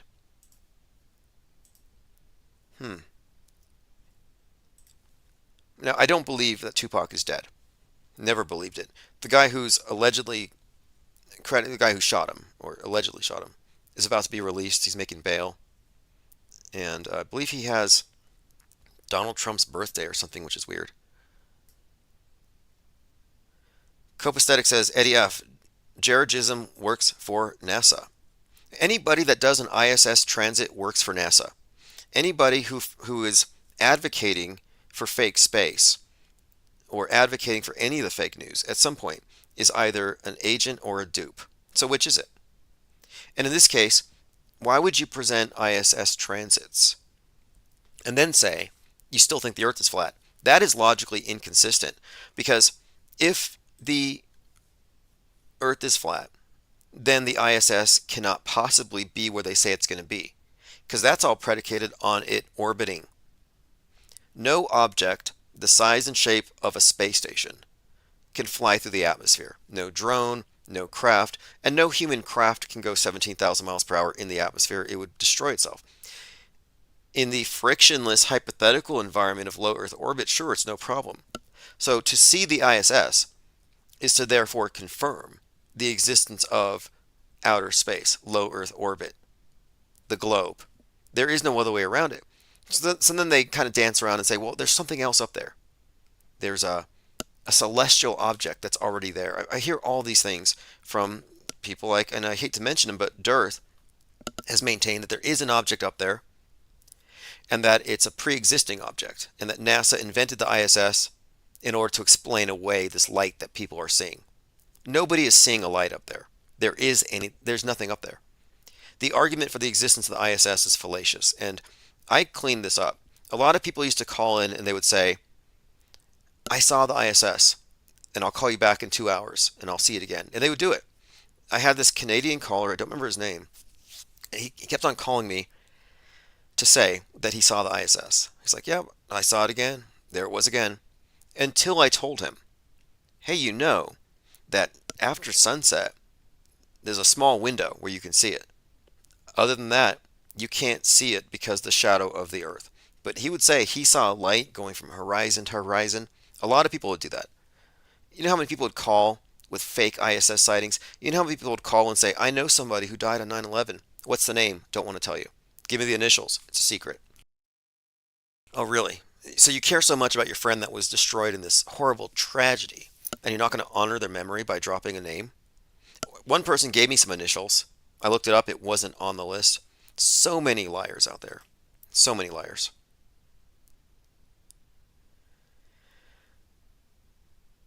Linda Curtis says, I remember when the Flurfers claimed Hillary and the breaking glass was her admitting to the dome. Yes, I've heard that as well. And there's a lot of reasons why people would believe the dome or think it's plausible. But the problem with dome is like an upside down bowl. It's a curved thing, which implies an edge, which implies it's higher in the middle. And I kind of think it's a pointless conversation anyway. You can speculate endlessly about that, but what about just taking the trip? And here we are 8 or 9 years after the conversation begins, and finally,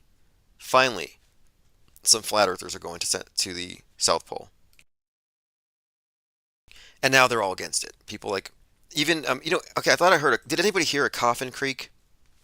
Like, I heard Eric Dubay, he's like back from the dead. Eric Dubay came out with a video the other day, and he said, I'll see if I can find it.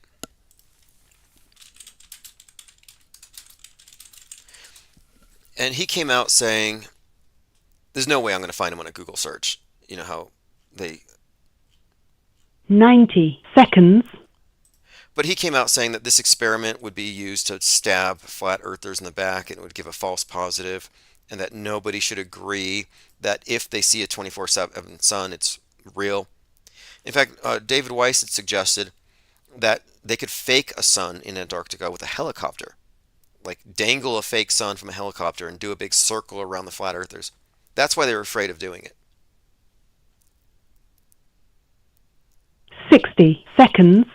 Okay, phones are now off, which is fine. We'll continue this conversation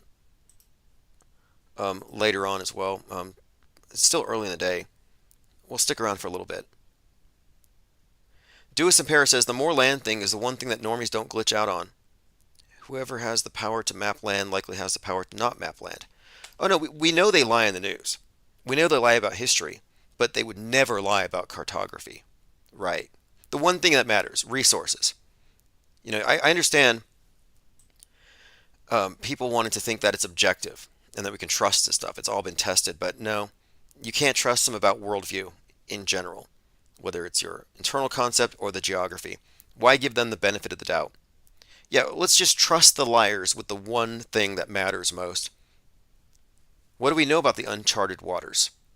Well, we know that it's all just water. There's nothing there. There's all kinds of emptiness. No, maybe there's another continent, maybe not.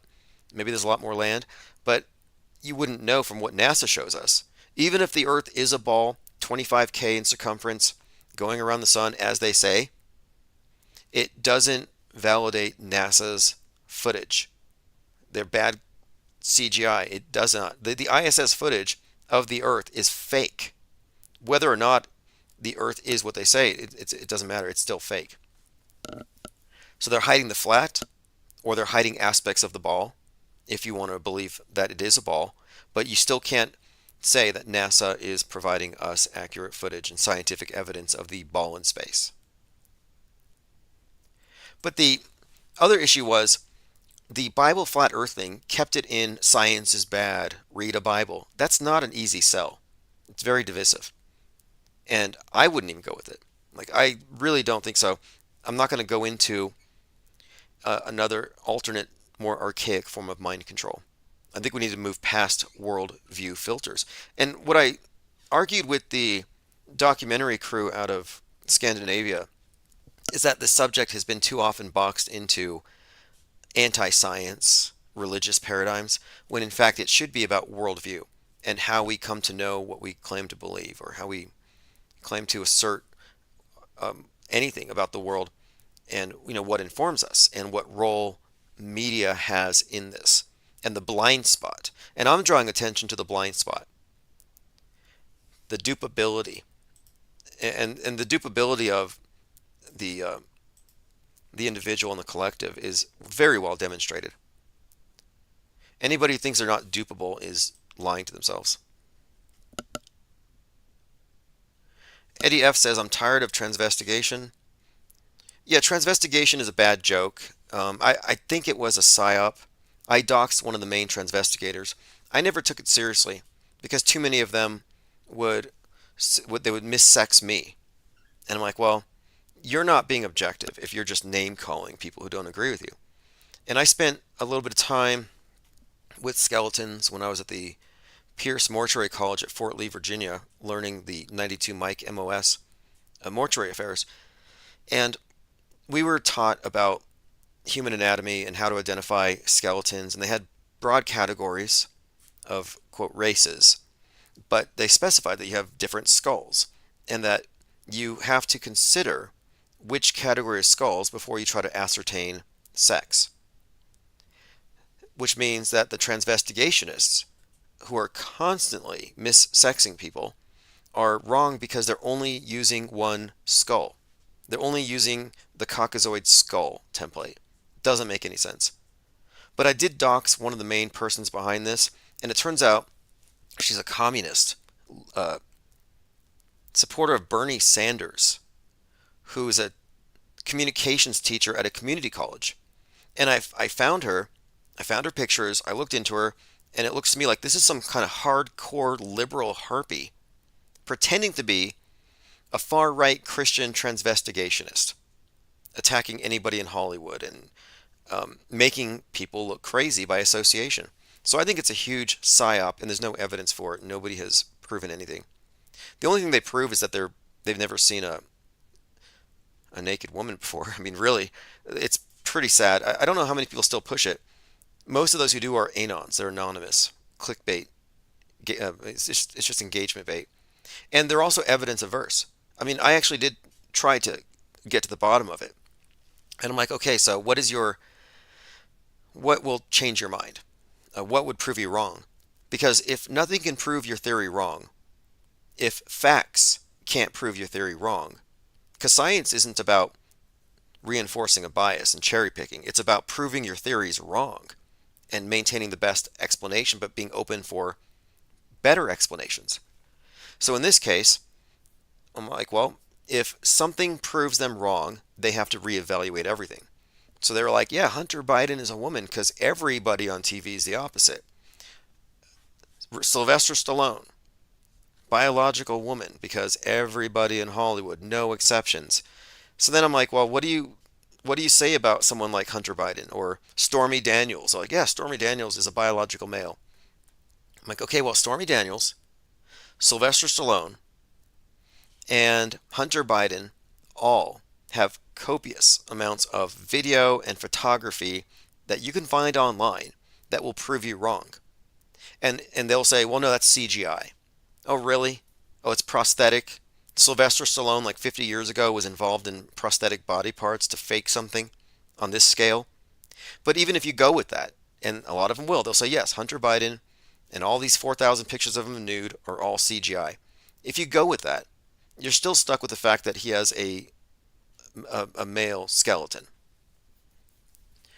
Anyway, yeah, transvestigation jumped the shark a long time ago, and none of them are serious.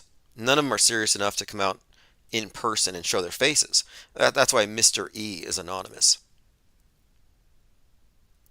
It's a form of gaslighting, by the way.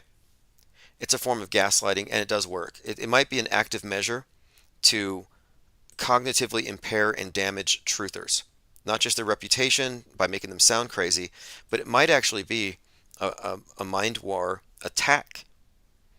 The definition of gaslighting is when you tell someone that what they perceive is wrong, and when you get them to believe it, they're gaslit. So, for example, the people who share this theory do believe it because they have been told that all their life, the entire life, all of their perceptions about other people have been wrong. All of them. And once they accept that premise, now they are gaslit. So it's gaslighting. It's terrible.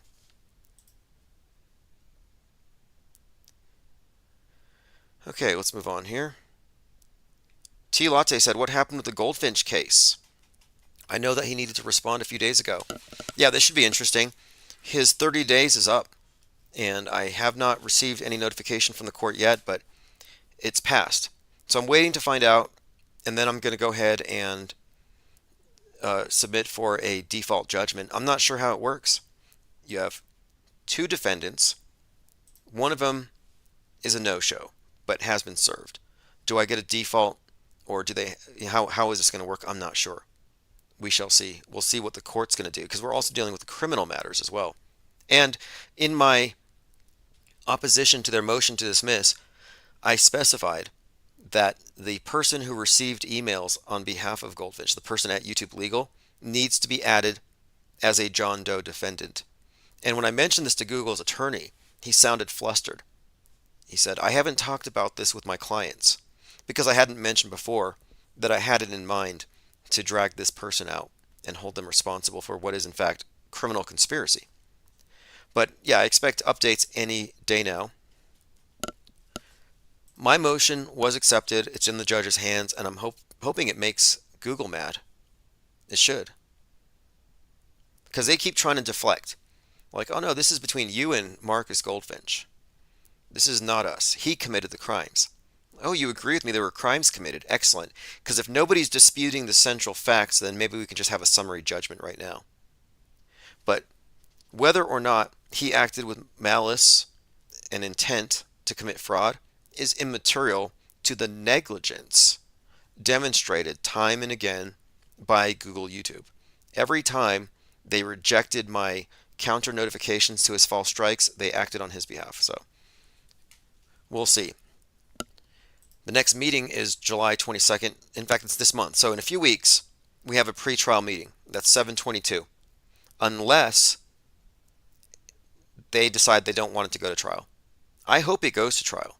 You know, I'm not in this for the money.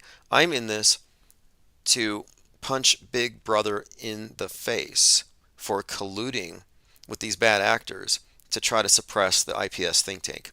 This is our retribution, and it has to be embarrassing for them. That's more important than anything. So the idea of Goldfinch settling, we passed that a long time ago, and it wouldn't even matter now. He could settle with me on the civil stuff and on the cyber squatting stuff, which I wouldn't do. But even if I did, it wouldn't change the fact that there is a criminal element. There are criminal complaints that need to be addressed. And it gets even better because I have realized, I've learned and revealed, and this is in my documentary I'm working on, that he's BFFs with and in conspiracy with Garrett Ziegler. That the guy I'm suing is the one who hacked Hunter Biden's laptop. Wait until the leftist media gets a hold of that. They will eat him alive.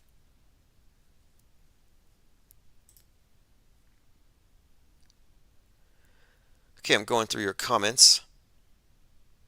Eddie F says Mr. E is big on trans investigation. He's on Fakeologist. Yeah, he's a dome earther, which is a very questionable position. He's always been anonymous, very questionable. If you have the truth that would unmask the biggest conspiracy running the world, why would you hide in your basement? And I've watched some of his videos. I don't find it compelling. You're analyzing photoshopped images anyway. Impossible ideals. And if you've ever met or looked at models in real life when they're not on camera, there's a lot of Photoshop that goes into all of this stuff. So I just think it's a flawed methodology.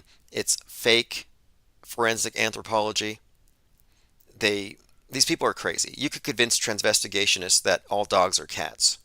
They would believe it too. But what's the intention here? Well, active measure. Again, cognitive sabotage, just like the Mandela effect. Roseanne Barr says Trump is the first woman president. Yeah, she did say that. That was pretty funny. She said, "Hear me now. Trump is the first woman president." Didn't Biden just say that he's the first black woman president? This came out today. Yeah, here it is. Joe Biden says he's the first black woman to serve in the White House. I am proud to be the first black woman in the White House. Unbelievable. The malfunctions on this particular bot. Proud to be, as I said, the first vice president, first black woman to serve with a black president. Anyway, he's a black woman, sort of the black president? Yeah, okay. So this is like such good glitching. It's hard to believe this isn't real. Like, would an actor be able to fake it this good? I think it's a valid question.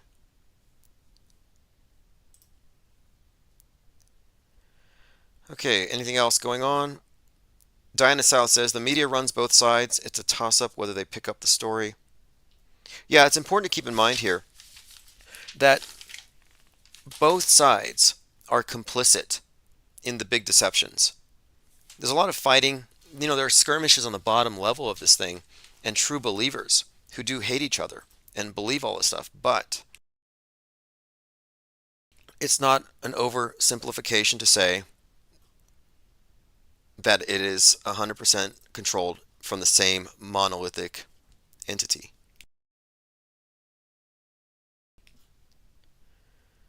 All right, let's see what else we have here. We talked about the burning dogs.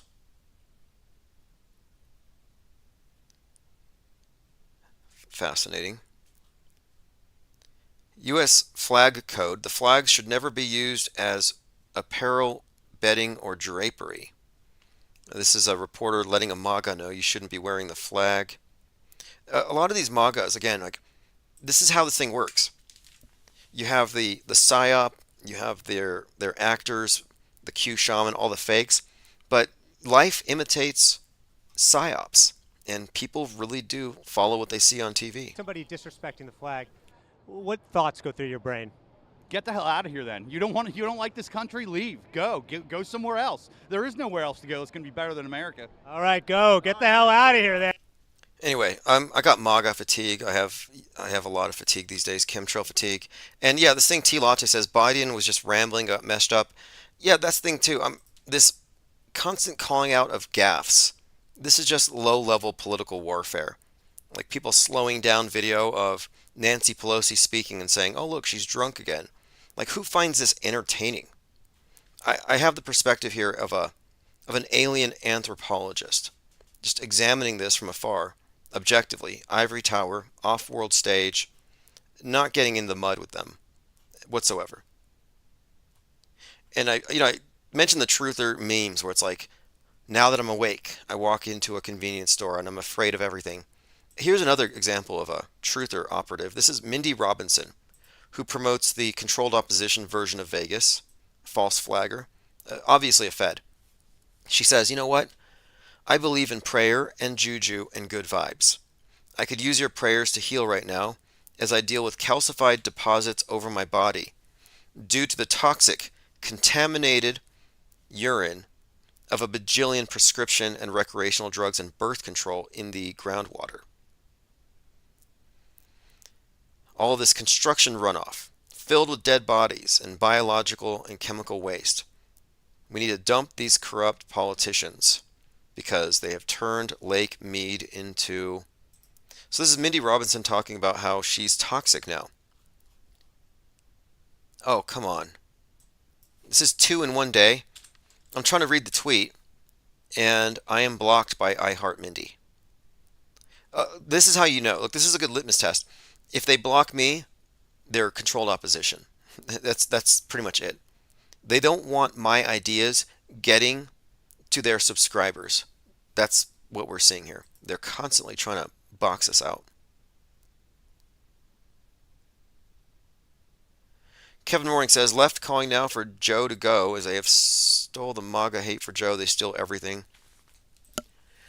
If we base this off of the Metascript perspective and the predictive programming, all signs point to Kamala. That's just where it points. I would also draw your attention to Super Bowl 47, very prophetic, the so-called Blackout Bowl, 33 minutes of darkness after Beyonce performs.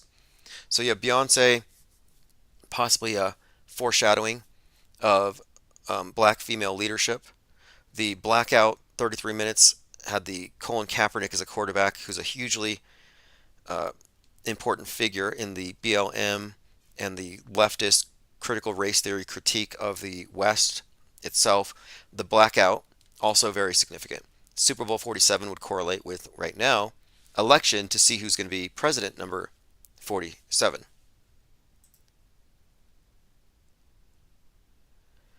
Kevin Mooring says, release the Kraken, aka Kamala. Yeah, I'm basing everything off of my presupposition here that we're looking at pre-scripted news. And they do telegraph through foreshadowing what's coming next. They get us to accept it as inevitable.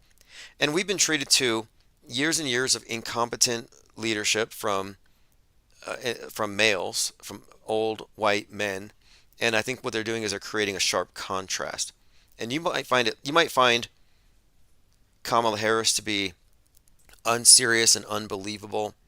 Like her speeches are all written by ChatGPT, out of touch with reality. And you may be right on all of it, but it doesn't matter. You have to remember that we're looking at this through enlightened lenses, knowing a bit more about how things work, whereas the people on the world stage are low information believers, low information non-believers. There's some beef here. Well, maybe. Fight the Flat Earth is highlighting it. Fight the Flat Earth says to David Weiss, do you want to explain why you're throwing your buddy Jeranism under the bus? You lied about him. That's funny. I was just calling him out as a liar. What is he referring to? Well, not quite sure, but I think it has to do with Antarctica. Let's see what the responses are.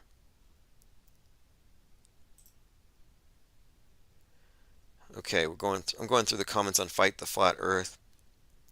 I guess the major disagreement here is that Dearth does not want anybody going to Antarctica, and Jaren's willing to go, and Dearth is afraid it's going to provide some kind of a false positive.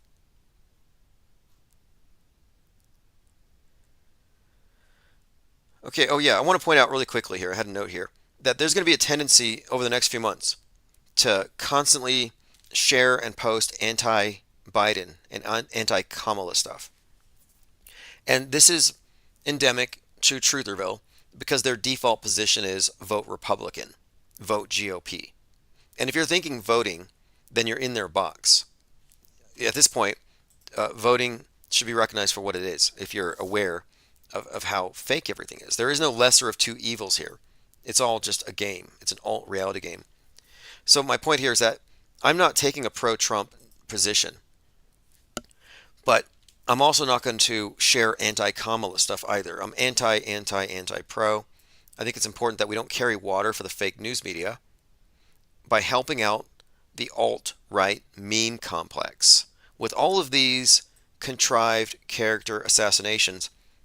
So, for example, Kamala Harris is being brought up as, oh, she slept her way to the top. She did all these things in order to get where she is. And I'm like, what do her past indiscretions matter if the people sharing these memes also claim that Democrats are satanic child abusers who eat adrenochrome out of the child's brains during satanic sacrifices? Like 8 years ago, they're like, yeah, the Democrats are vampires and they're going to eat your babies and they're trafficking children under the ground and they rape them and they eat them. And now you're like, yeah, she slept her way to the top. Sorry, like this is like the magnitude of difference between these claims is such a contrast that I'm finding it hard to believe these are the same people. You're just trying to tell me with equal credibility, these guys are demons and vampires and she slept around a bit. This is blue pill crap. And it has no value except as ammunition in the blue pill info war within the contained political horseshoe. So it's like, oh wow, she slept with the married man. Meanwhile, everybody around her is accused of what, dark rituals at pizzerias. Matt Pizzagates, speaking of pizzerias, Matt Pizzagates, who orders his 17-year-olds on Venmo and didn't know that Venmo publishes your purchases, he trafficked them across state lines. What is it with the right and giving human trafficking a pass when it comes to their own? Andrew Tate, Matt Gaetz. Anyway, here's Matt Pizzagates holding a Trump 2024 Never Surrender handgun. And there's Trump on the gun. Garrow called the other day, and I was pointing out the Trump 45 shot glass. Like, okay, Trump is a teetotaler. He never drinks, never smokes, never drank at all. And yet, you can get Trump's signature on a, quote, shot glass with a 45 in the side of it. Like, whose idea was this? Then you connect this with a 45 on his hat, on the side of his head. And you can kind of see the meta-scripted messaging here. And how consistent this all is. Jack Pizzagate, and Jack Posobiec, who kicked off Pizzagate, here's something that he posted, which is one of these things that never happened. So here's something that never happened. I see a lot of these fake anecdotes. It's like, I overheard somebody at Walmart, and they were talking about how they used to vote Democrat, but now they're voting for Trump because... It's like, you didn't hear that. Jack says, I had a conversation with a friend who has a total blue anon baby boomer MSNBC dad who hates Trump. He watched the debate and thought Trump would collapse, but he saw the opposite. He said he's so upset he couldn't watch the post-debate. Now this is the part I'm highlighting. He thinks Russia is going to invade us now. He has Cold War mental conditioning from the Cuban Missile Crisis. He can't get past his TDS. He says, this is too serious. We have to get rid of Biden. The point I was highlighting here is this guy has Cold War mental conditioning. Duck and cover. Afraid of total annihilation instantaneously. Like, this is just an example of just how programmed people are. And we just take it for granted that people are scared. And nobody's converting. That's just a phony anecdote. Here's some notes here. RV explosion in Massachusetts. And the victim is on the ground, dropping and rolling on the ground. A burning man. This is Synchromorpheus posted this, connecting this to Maxwell Azarello. So the RV explosion caught on video. And the crisis actor describing it is wearing a Napalm Death shirt. And by the way, Napalm Death, British grindcore pioneers, are kicking off an extensive summer tour. Just kicked off. In fact, 7/7 is their next date in the Netherlands. So if you listen to Napalm Death. So I thought, what is this? Napalm Death, burning RV, exploding RV. There might be some deeper intrigue here. So we're digging. And I have a lot of notes on this person, and that's just because that's where things are right now. I got this tweet where someone had commented in the Candace Owens Flat Earth Twitter feed that she needs to talk to David Weiss. And someone had shared this link. They said, well, David Weiss hypnotized a 106-year-old woman into believing that she was taught flat earth in school. So Surf Purzel says, oh, you're still exploiting that old demented lady for your narrative, huh? Which is, and I'm seeing this here. He posted a video and he shared it to Candace Owens. Ruth was taught flat earth in public schools in Connecticut. So when she was a little child, she was supposedly taught about flat earth in Connecticut schools. So I watched this video, and what it looked like to me is how they manipulate Biden. They just put words in her mouth. He's essentially manipulating her, getting her to, I think it's even jump cut. Let me just play a clip here. Now, This is what I would call interrogator bias. and he's a believer, which makes him a tainted witness. He shouldn't even be doing the interrogation. So you couldn't consider this to be even a legitimate attempt at doing a survey to find out what people learned when they were children. No, this is a manipulation. I was young. Right, and we all were told by people that we trust. That's right. Where did you go to school? Elementary school. I went to Spur Glen School in Hamden, Connecticut. I lived on a farm and grew up with all kinds of animals. No electricity. A big one. Now, if this was true, you would be able to go back and find out from the school what textbooks they were looking to at the time. So she's talking about her farm life, and now here's where he plants the seed in her head and gets her to admit she's a flat earther. Yeah, I can't explain it. So getting back to the flat Earth, you said that you're religious, that Yes.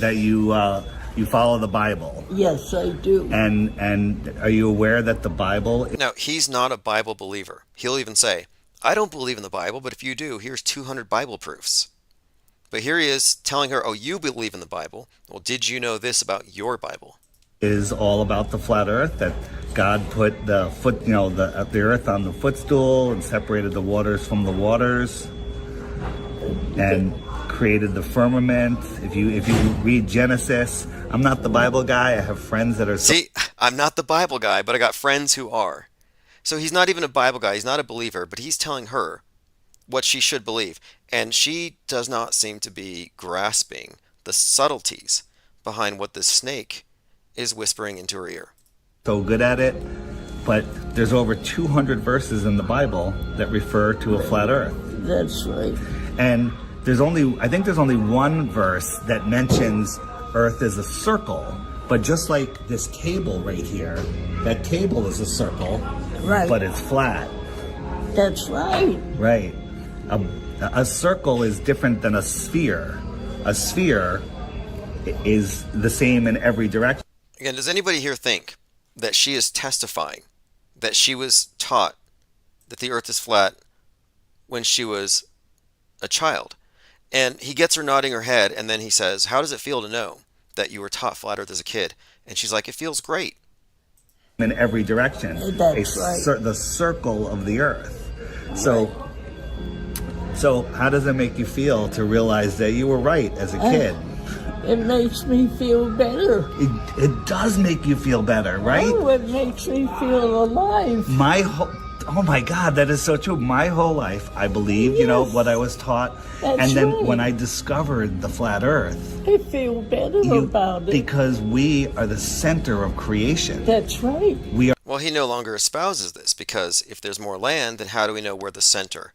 What about the 90,000 continents that he was telling the other elderly woman he was manipulating? This is low. It's children. Excellent.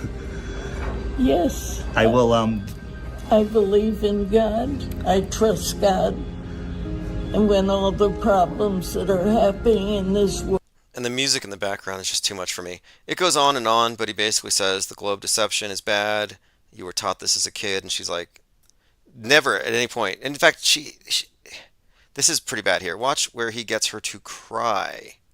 Is like going to a magic show. I woke up. Yes, that's what we call it. We call it red. This is your moment of waking up. Oh. It's when you go to see a magician and you know how the tricks are done, and the magic no longer works on you, and you're free from the illusion. So knowing this is going to free your heart. Cry. Yeah, it's okay. All right, yeah. Ollie Goering says it's like Jill Biden coaching Joe. Yeah, it's disingenuous. It's manipulative. It's pretty sad and pathetic what he's doing here. It's not fair, not cool. And he even goes here to say that the world is small, that God's on the roof, and that there is no infinite space, that the world is small. Which, again, he does not promote this. And God created this world. And he's right here in the clouds above, close, not in an infinite universe. So good, right? And I can't get over it. Made me cry. All right. Anyway, a lot of people, and I'm sure these comments are curated, A lot of people are moved by this, which is strange to me. I don't see anybody here whatsoever calling it out as manipulative. Like, where are these textbooks?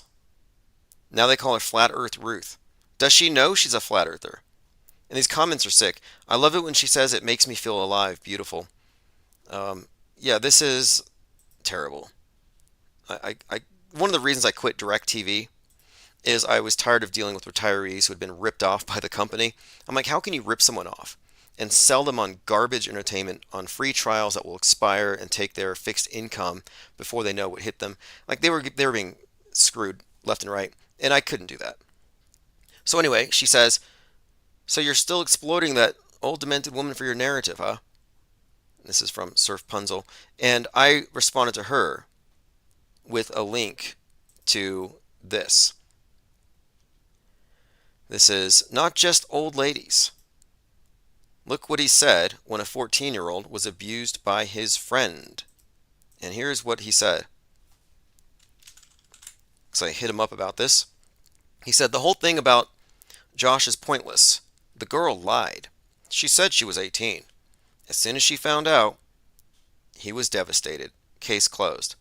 That's not what happened. We were talking about a 6-month relationship, picking her up at school, sending her flowers. The mom found out, and so no, there was no doubt. There's no way that he would have been confused about her age. He had to pick her up from middle school. So no. And the fact that he defended Weiss is the reason why he was in our documentary Behind the Perv. At that point, it was like, you're either behind the perv or not. Make your let us know. Like we asked everybody, what side are you on? And a lot of people weirdly sided with the abuser. But anyway, I posted it here, and I said, not just old ladies, look what he said about this. And she said, holy S, that's disgusting. And it's even worse, and I'm going to publish an article about it very, very soon in print, because this information is relevant. It needs to get out. She had a few more comments for him. She said, is that poor old lady in the senior home your best flat earth proof, and why are you scared to go to Antarctica? You got invited, and you choose to hide behind a video with an old lady.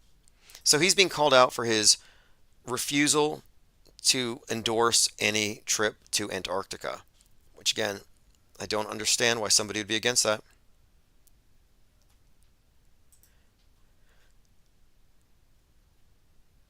Ted Stryker 2112 says, is this the same guy who had a show with another guy? Yeah, I'm pretty sure. He's had a few. He's been on with Jaron. In fact, so this is why I'm saying that it makes sense that Jaron works for NASA, that he's connected to some intelligence agents, operatives, feds, that he's an informant, and he's being handled. And I would actually posit here that Weiss is a handler.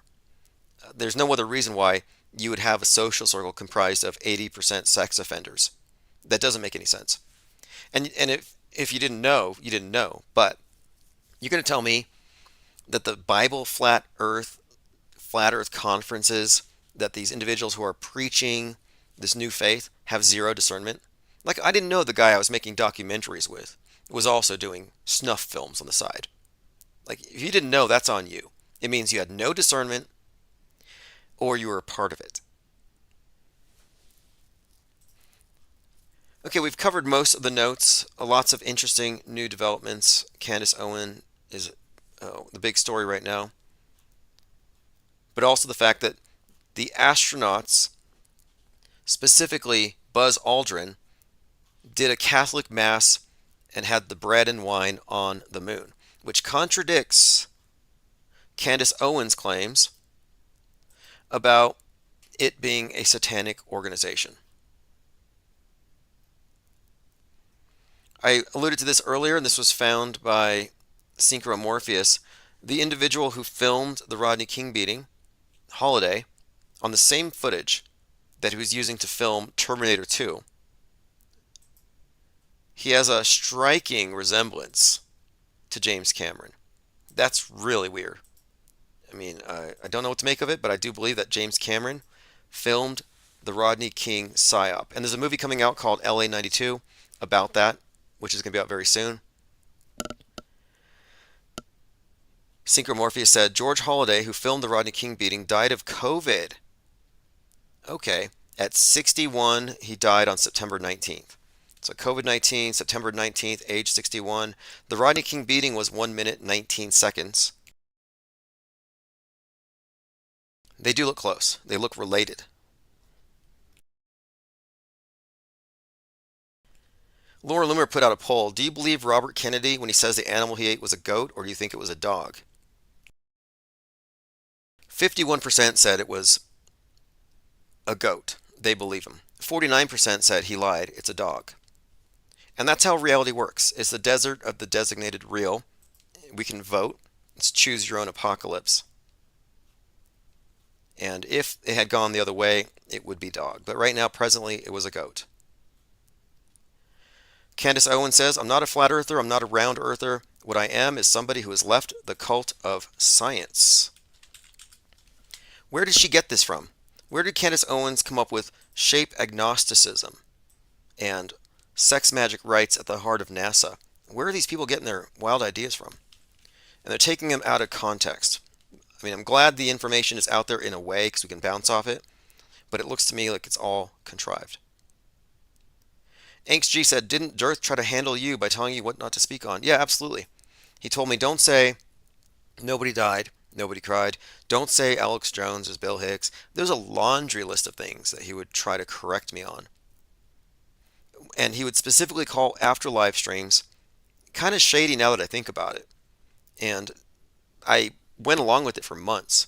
And just by observing, I realized, okay, there's something else going on here. We mind mapped it out before we did Behind the Perv. And we found out that, yeah, at the very core of the popular flat earth movement that became a documentary, you do have interaction between law enforcement. Like, why do you have a bunch of cops and people working with cops, part of this conspiracy club who believe that the world is a conspiracy? Like, you think they wouldn't trust authority so much. And they don't come out and admit it. And then you have these strange characters like organizer of the conference. He's preaching from the Bible, talking about the dome. But then he comes back in a different costume with false teeth, and he pretends to be a redneck rocket scientist. And nobody acts like he's the same person. They play along with it. So they have this fake character they bring out, who I believe is there to drown out Mad Mike Hughes. And when I call it out, they say I'm a liar. Like, there's no way that this is the same person. Then the truth gets out. And they were pretty mad about it. And I got the truth on that, and I'll put this out in this article, this expose. But the way we found out who this person was pretty simple. Somebody who was in the know told her boyfriend. They broke up. He wanted revenge. He called me and he told me. He said, hey, guess what?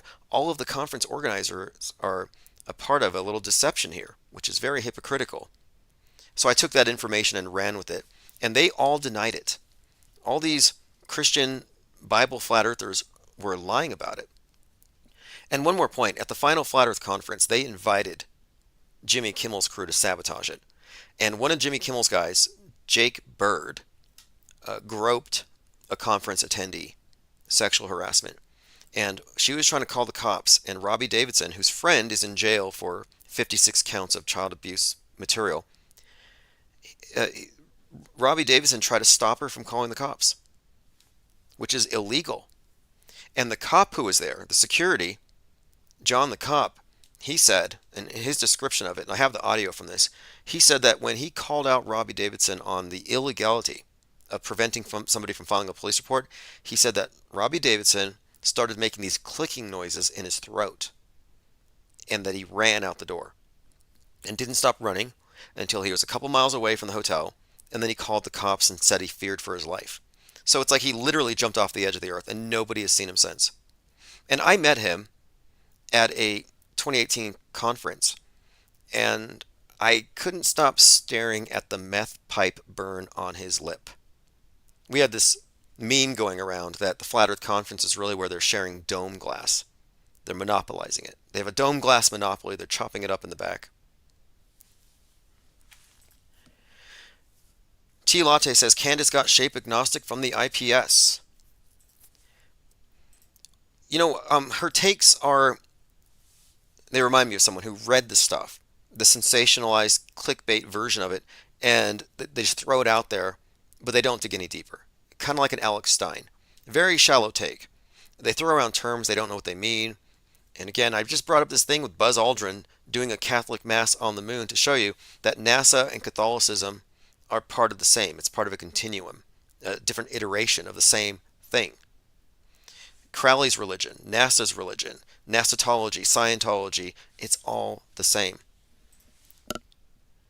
T Latte says, so Candace is watching. Hey Candace, drop out of the clouds and say hi.